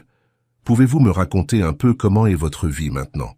Isabelle réfléchit un instant, puis commença à parler, les mots sortant plus facilement maintenant que les premiers jours. « Je me réveille, et mon père est déjà dans la cuisine à préparer le petit déjeuner. Parfois ce sont des crêpes, parfois des œufs, parfois il essaye de faire des petits pains au fromage du pays, et ils sont un peu tordus mais ils sont bons. » Elle sourit légèrement en se souvenant. « Ensuite, il m'emmène à l'école et vient me chercher tous les jours. À l'école, maintenant, j'ai des amis. Julie et Marianne s'assoient avec moi au déjeuner et on parle de livres et de séries. »« Et l'après-midi » demanda la juge, prenant des notes. « L'après-midi, je fais mes devoirs, mais si j'ai besoin d'aide, mon père m'aide. Il est bon en mathématiques. Ensuite, nous dînons ensemble et regardons quelque chose à la télévision ou jouons à des jeux vidéo. Il a acheté une console pour que nous jouions ensemble. » Isabelle fit une pause, les yeux brillants. « Et avant de dormir, il me lit une histoire. Nous lisons les chroniques de Narnia maintenant. J'aime beaucoup. Et comment vous sentez-vous par rapport à ce que vous avez vécu avant ?» demanda la juge, sa voix plus douce. Le visage d'Isabelle devint plus sérieux. « Parfois, je fais encore des cauchemars. Je me réveille en pensant que je suis de retour là-bas, que je vais devoir me lever et nourrir les cochons. Mais ensuite, je me souviens où je suis, et mon père est toujours là. Si je crie ou pleure au milieu de la nuit, il vient toujours. Et cela me fait me sentir en sécurité. Vous aimeriez continuer à vivre avec votre père ?»« Oui, » dit Isabelle avec emphase. « Plus que tout. C'est le meilleur père que je puisse avoir. Il a fait des erreurs avant, mais maintenant il est là, et c'est ce qui compte. » La juge acquiesça, satisfaite. « Merci, Isabelle. Vous pouvez retourner à votre place. » Après avoir également entendu le témoignage de Raphaël, qui réitéra son engagement total envers la paternité, et sa volonté de faire tout ce qui était nécessaire pour assurer le bien-être d'Isabelle, la juge fit une pause pour revoir ses documents. La salle était dans un silence tendu, tous attendant la décision qui changerait définitivement le cours de la vie de cette famille. Finalement, Mary Patricia leva les yeux et commença à parler. Cette affaire a présenté des défis uniques. D'un côté, nous avons un père qui a été absent pendant des années, critique du développement de sa fille. De l'autre, nous avons des preuves irréfutables que, lorsqu'il a finalement été confronté à la réalité de la situation de sa fille, il a non seulement agi, mais a agi avec une détermination et un engagement totaux. Elle regarda Raphaël. « Monsieur Dubois, votre absence ne peut être ignorée. Vous avez manqué à votre fille pendant des années importantes, mais vous avez également démontré, au cours des derniers mois, une transformation authentique. Les rapports des assistants sociaux sont unanimes à louer l'environnement que vous avez créé pour Isabelle. La psychologue atteste d'un progrès significatif dans le bien-être émotionnel de la mineure. Les rapports scolaires montrent une enfant qui s'épanouit académiquement et socialement. » Elle se tourna vers Isabelle. « Et vous, jeune Isabelle, avez fait preuve d'une résilience et d'une maturité admirables. Malgré tout ce que vous avez traversé, vous guérissez, vous grandissez, vous construisez une nouvelle vie. » La juge respira profondément. Par conséquent, sur la base de toutes les preuves présentées, des rapports psychologiques et sociaux, et dans le meilleur intérêt de la mineure, j'accorde la garde permanente d'Isabelle Dubois à son père biologique, Raphaël Dubois. Raphaël sentit ses jambes presque céder. Isabelle laissa échapper un petit cri de joie et se jeta dans ses bras. Il la serra fort, enfouissant son visage dans ses cheveux, des larmes de soulagement et de gratitude coulant sur son visage. Cependant, la juge continua, élevant la voix pour être entendue au-dessus des émotions dans la salle. Cette garde est assortie de conditions. Premièrement, Isabelle continuera un suivi psychologique pendant au moins 1 an de plus, avec des évaluations régulières. Deuxièmement, l'assistance sociale effectuera des visites trimestrielles inopinées pour s'assurer que les conditions adéquates sont maintenues. Troisièmement, Monsieur Dubois, vous vous engagerez à ne pas voyager ou à vous absenter pour des périodes supérieures à 24 heures sans notification préalable et sans arrangement de supervision adéquat pour Isabelle. J'accepte tout, dit Raphaël immédiatement. N'importe quelle condition. Je veux juste pouvoir prendre soin de ma fille. De plus, ajouta la juge, quant à Madame Claudine Silva, après enquête du parquet et sur la base des preuves présentées, elle a été formellement accusée de maltraitance de mineurs, de négligence grave et d'exploitation de travail des enfants. Le procès est prévu dans 3 mois. Isabelle, vous pourriez être appelée à témoigner, mais seulement si vous vous sentez à l'aise de le faire. Ce n'est pas obligatoire. Je témoignerai, dit Isabelle, surprenant même Raphaël. Je veux que ce qu'elle a fait soit connu, non par vengeance, mais parce que d'autres enfants pourraient être dans des situations similaires et ont besoin de savoir qu'ils peuvent demander de l'aide. La maturité d'Isabelle impressionna tout le monde dans la salle. La juge sourit, une expression rare dans cet environnement formel. Vous êtes une jeune femme très courageuse, Isabelle. Votre témoignage, si vous décidez de le faire, sera précieux. Et je vous garantis que vous aurez tout le soutien nécessaire pendant le processus. Elle frappa le marteau une dernière fois. Garde permanente accordée. Que cette famille trouve la paix et le bonheur qu'elle mérite. Quand ils sortirent du tribunal, le soleil était haut et brillant.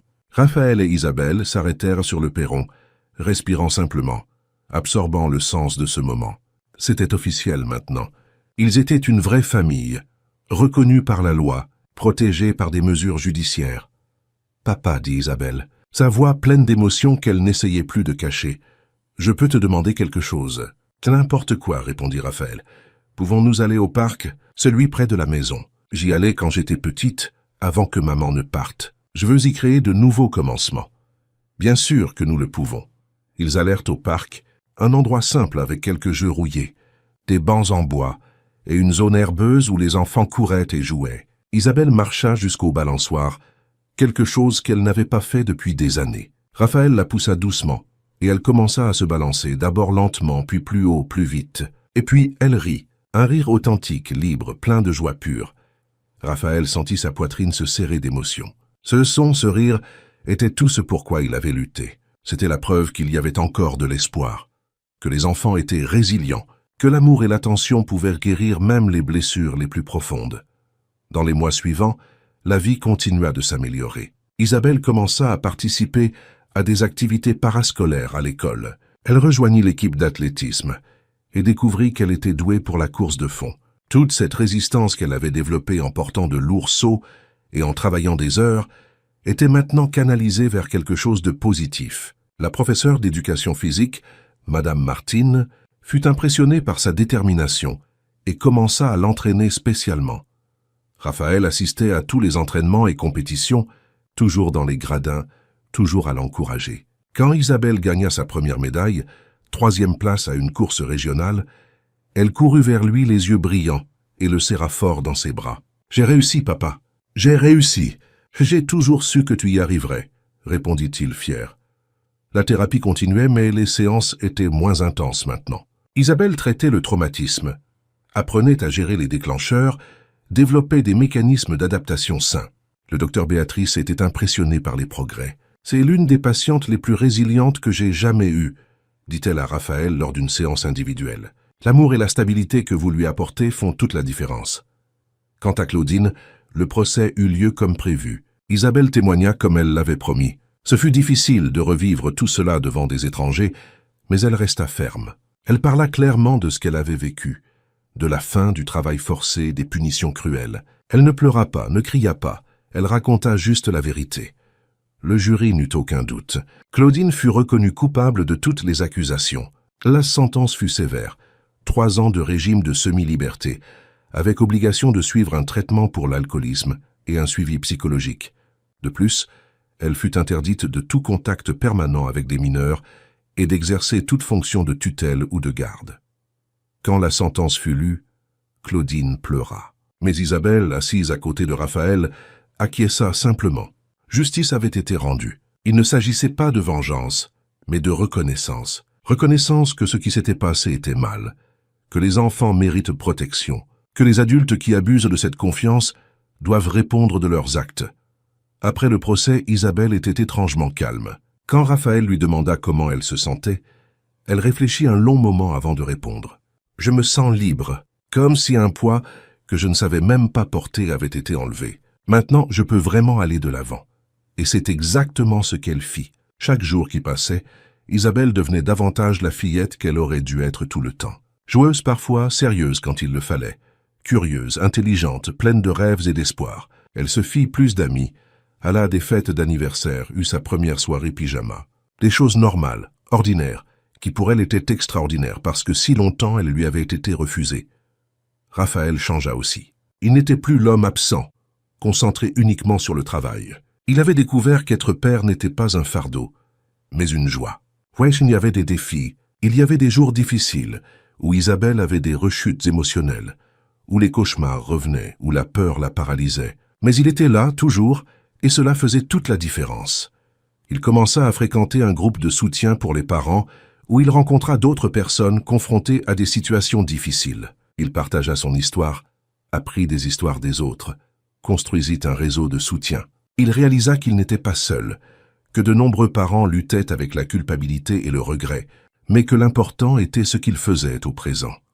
1 an après que la garde permanente ait été accordée, Raphaël et Isabelle étaient dans la cuisine à préparer le dîner ensemble. C'était devenu une tradition pour eux.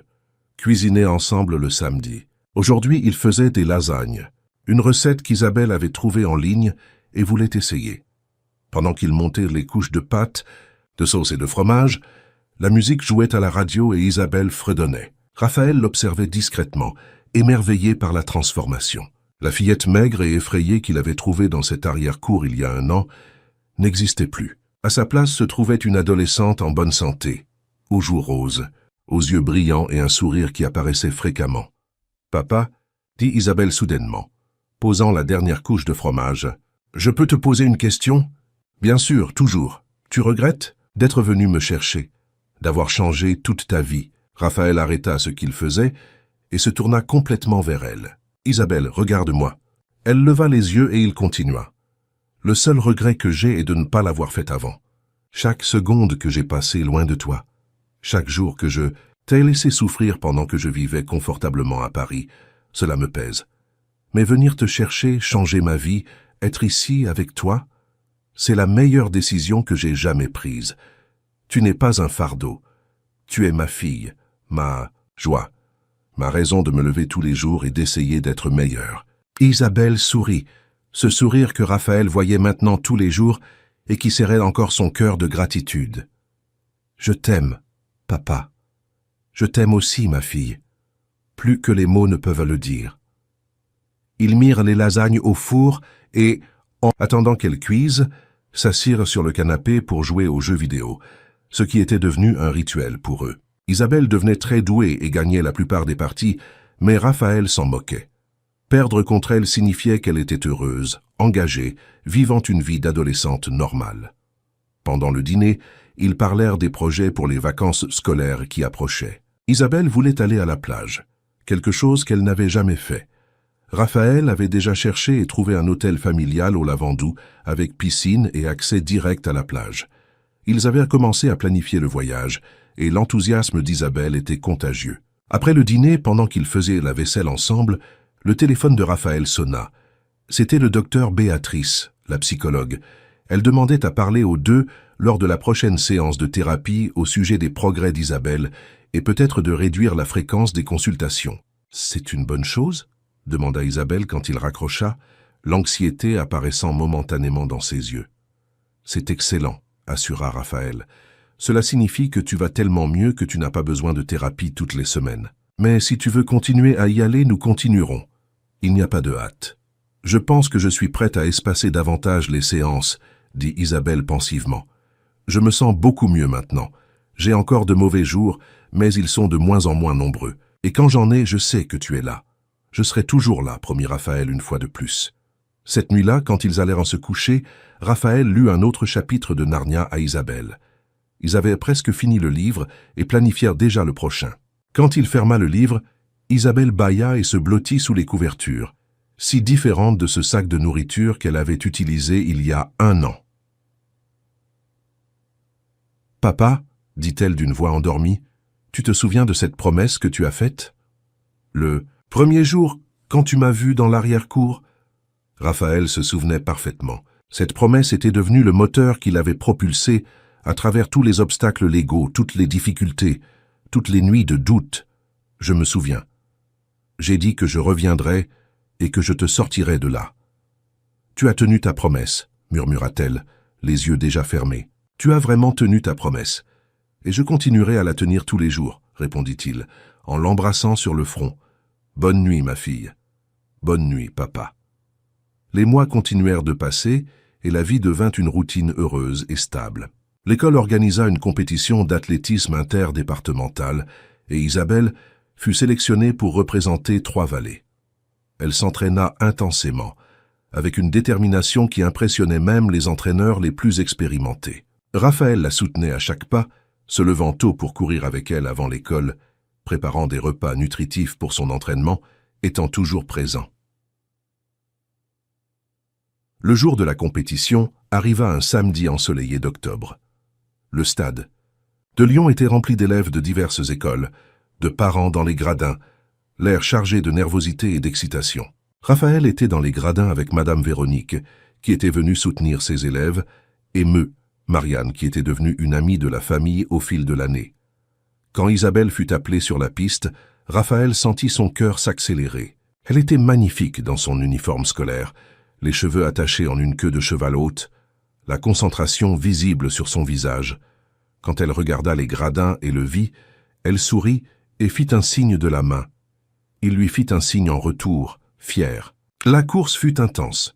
Isabelle commença fort, maintint le rythme, et dans la dernière ligne droite fit un effort impressionnant. Elle franchit la ligne d'arrivée en 3e position, assurant la médaille de bronze à son école. Le stade explosa d'applaudissements et Raphaël criait et sautait comme il ne l'avait jamais fait de sa vie. Isabelle courut vers les gradins, le visage rouge d'effort mais radieux de bonheur. Elle sauta dans les bras de son père, en sueur et épuisée, mais triomphante. « J'ai réussi! J'ai gagné une médaille! Tu as été incroyable !» Raphaël la fit tourner en l'air. « Je suis si fier de toi !» Madame Véronique s'approcha, les yeux larmoyants. « Isabelle, vous représentez tout ce qui est possible quand une enfant reçoit l'amour et le soutien qu'elle mérite.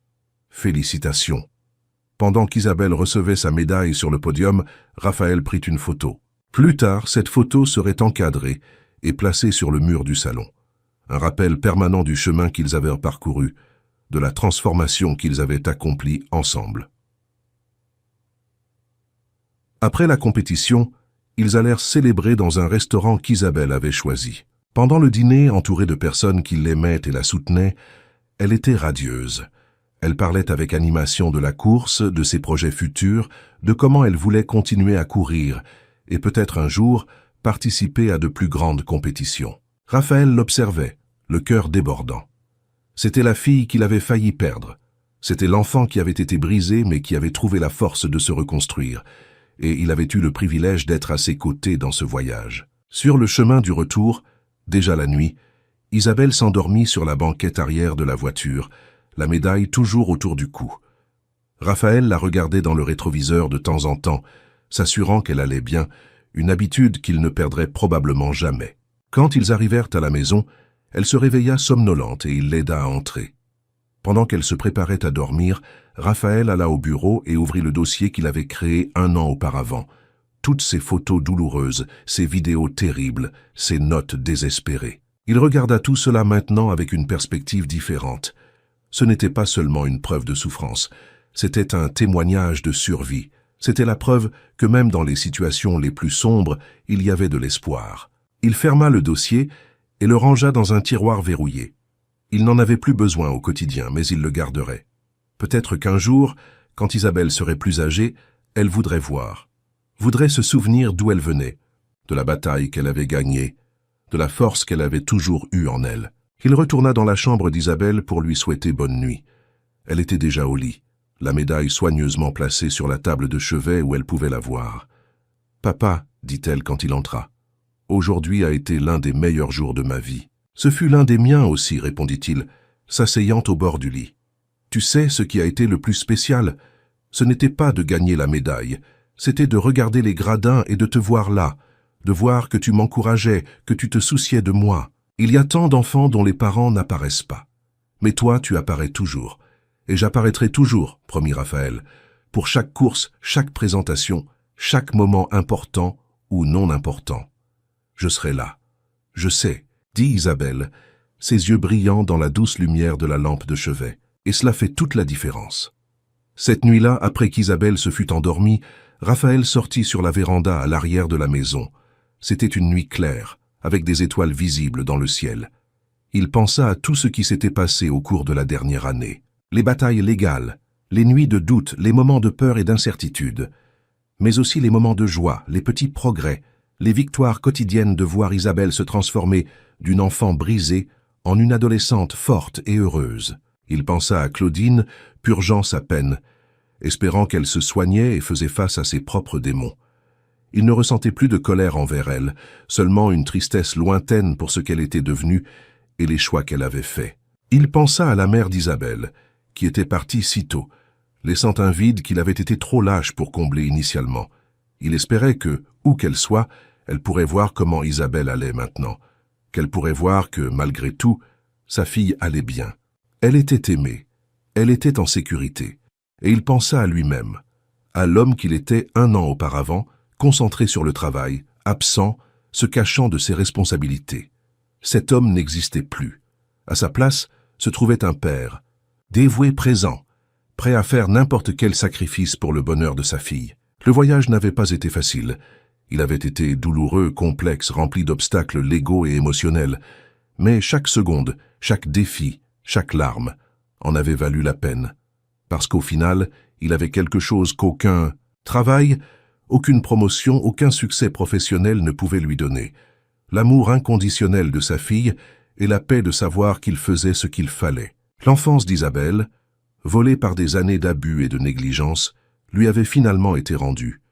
Et Raphaël, le père qui avait failli tout perdre par sa lâcheté, avait obtenu une seconde chance qu'il ne prendrait jamais pour. Acquise, c'était une histoire de douleur transformée en espoir, d'obscurité vaincue par la lumière, d'une promesse tenue contre toute attente. Et plus important encore, c'était une histoire qui continuerait, jour après jour, à chaque petit déjeuner partagé, chaque course regardée, chaque bonne nuit donnée, Chaque étreinte est changée, parce qu'au final, ce qui importait n'était pas le passé qui ne pouvait être changé, mais le présent qui était en train d'être construit et l'avenir qui brillait de possibilités infinies.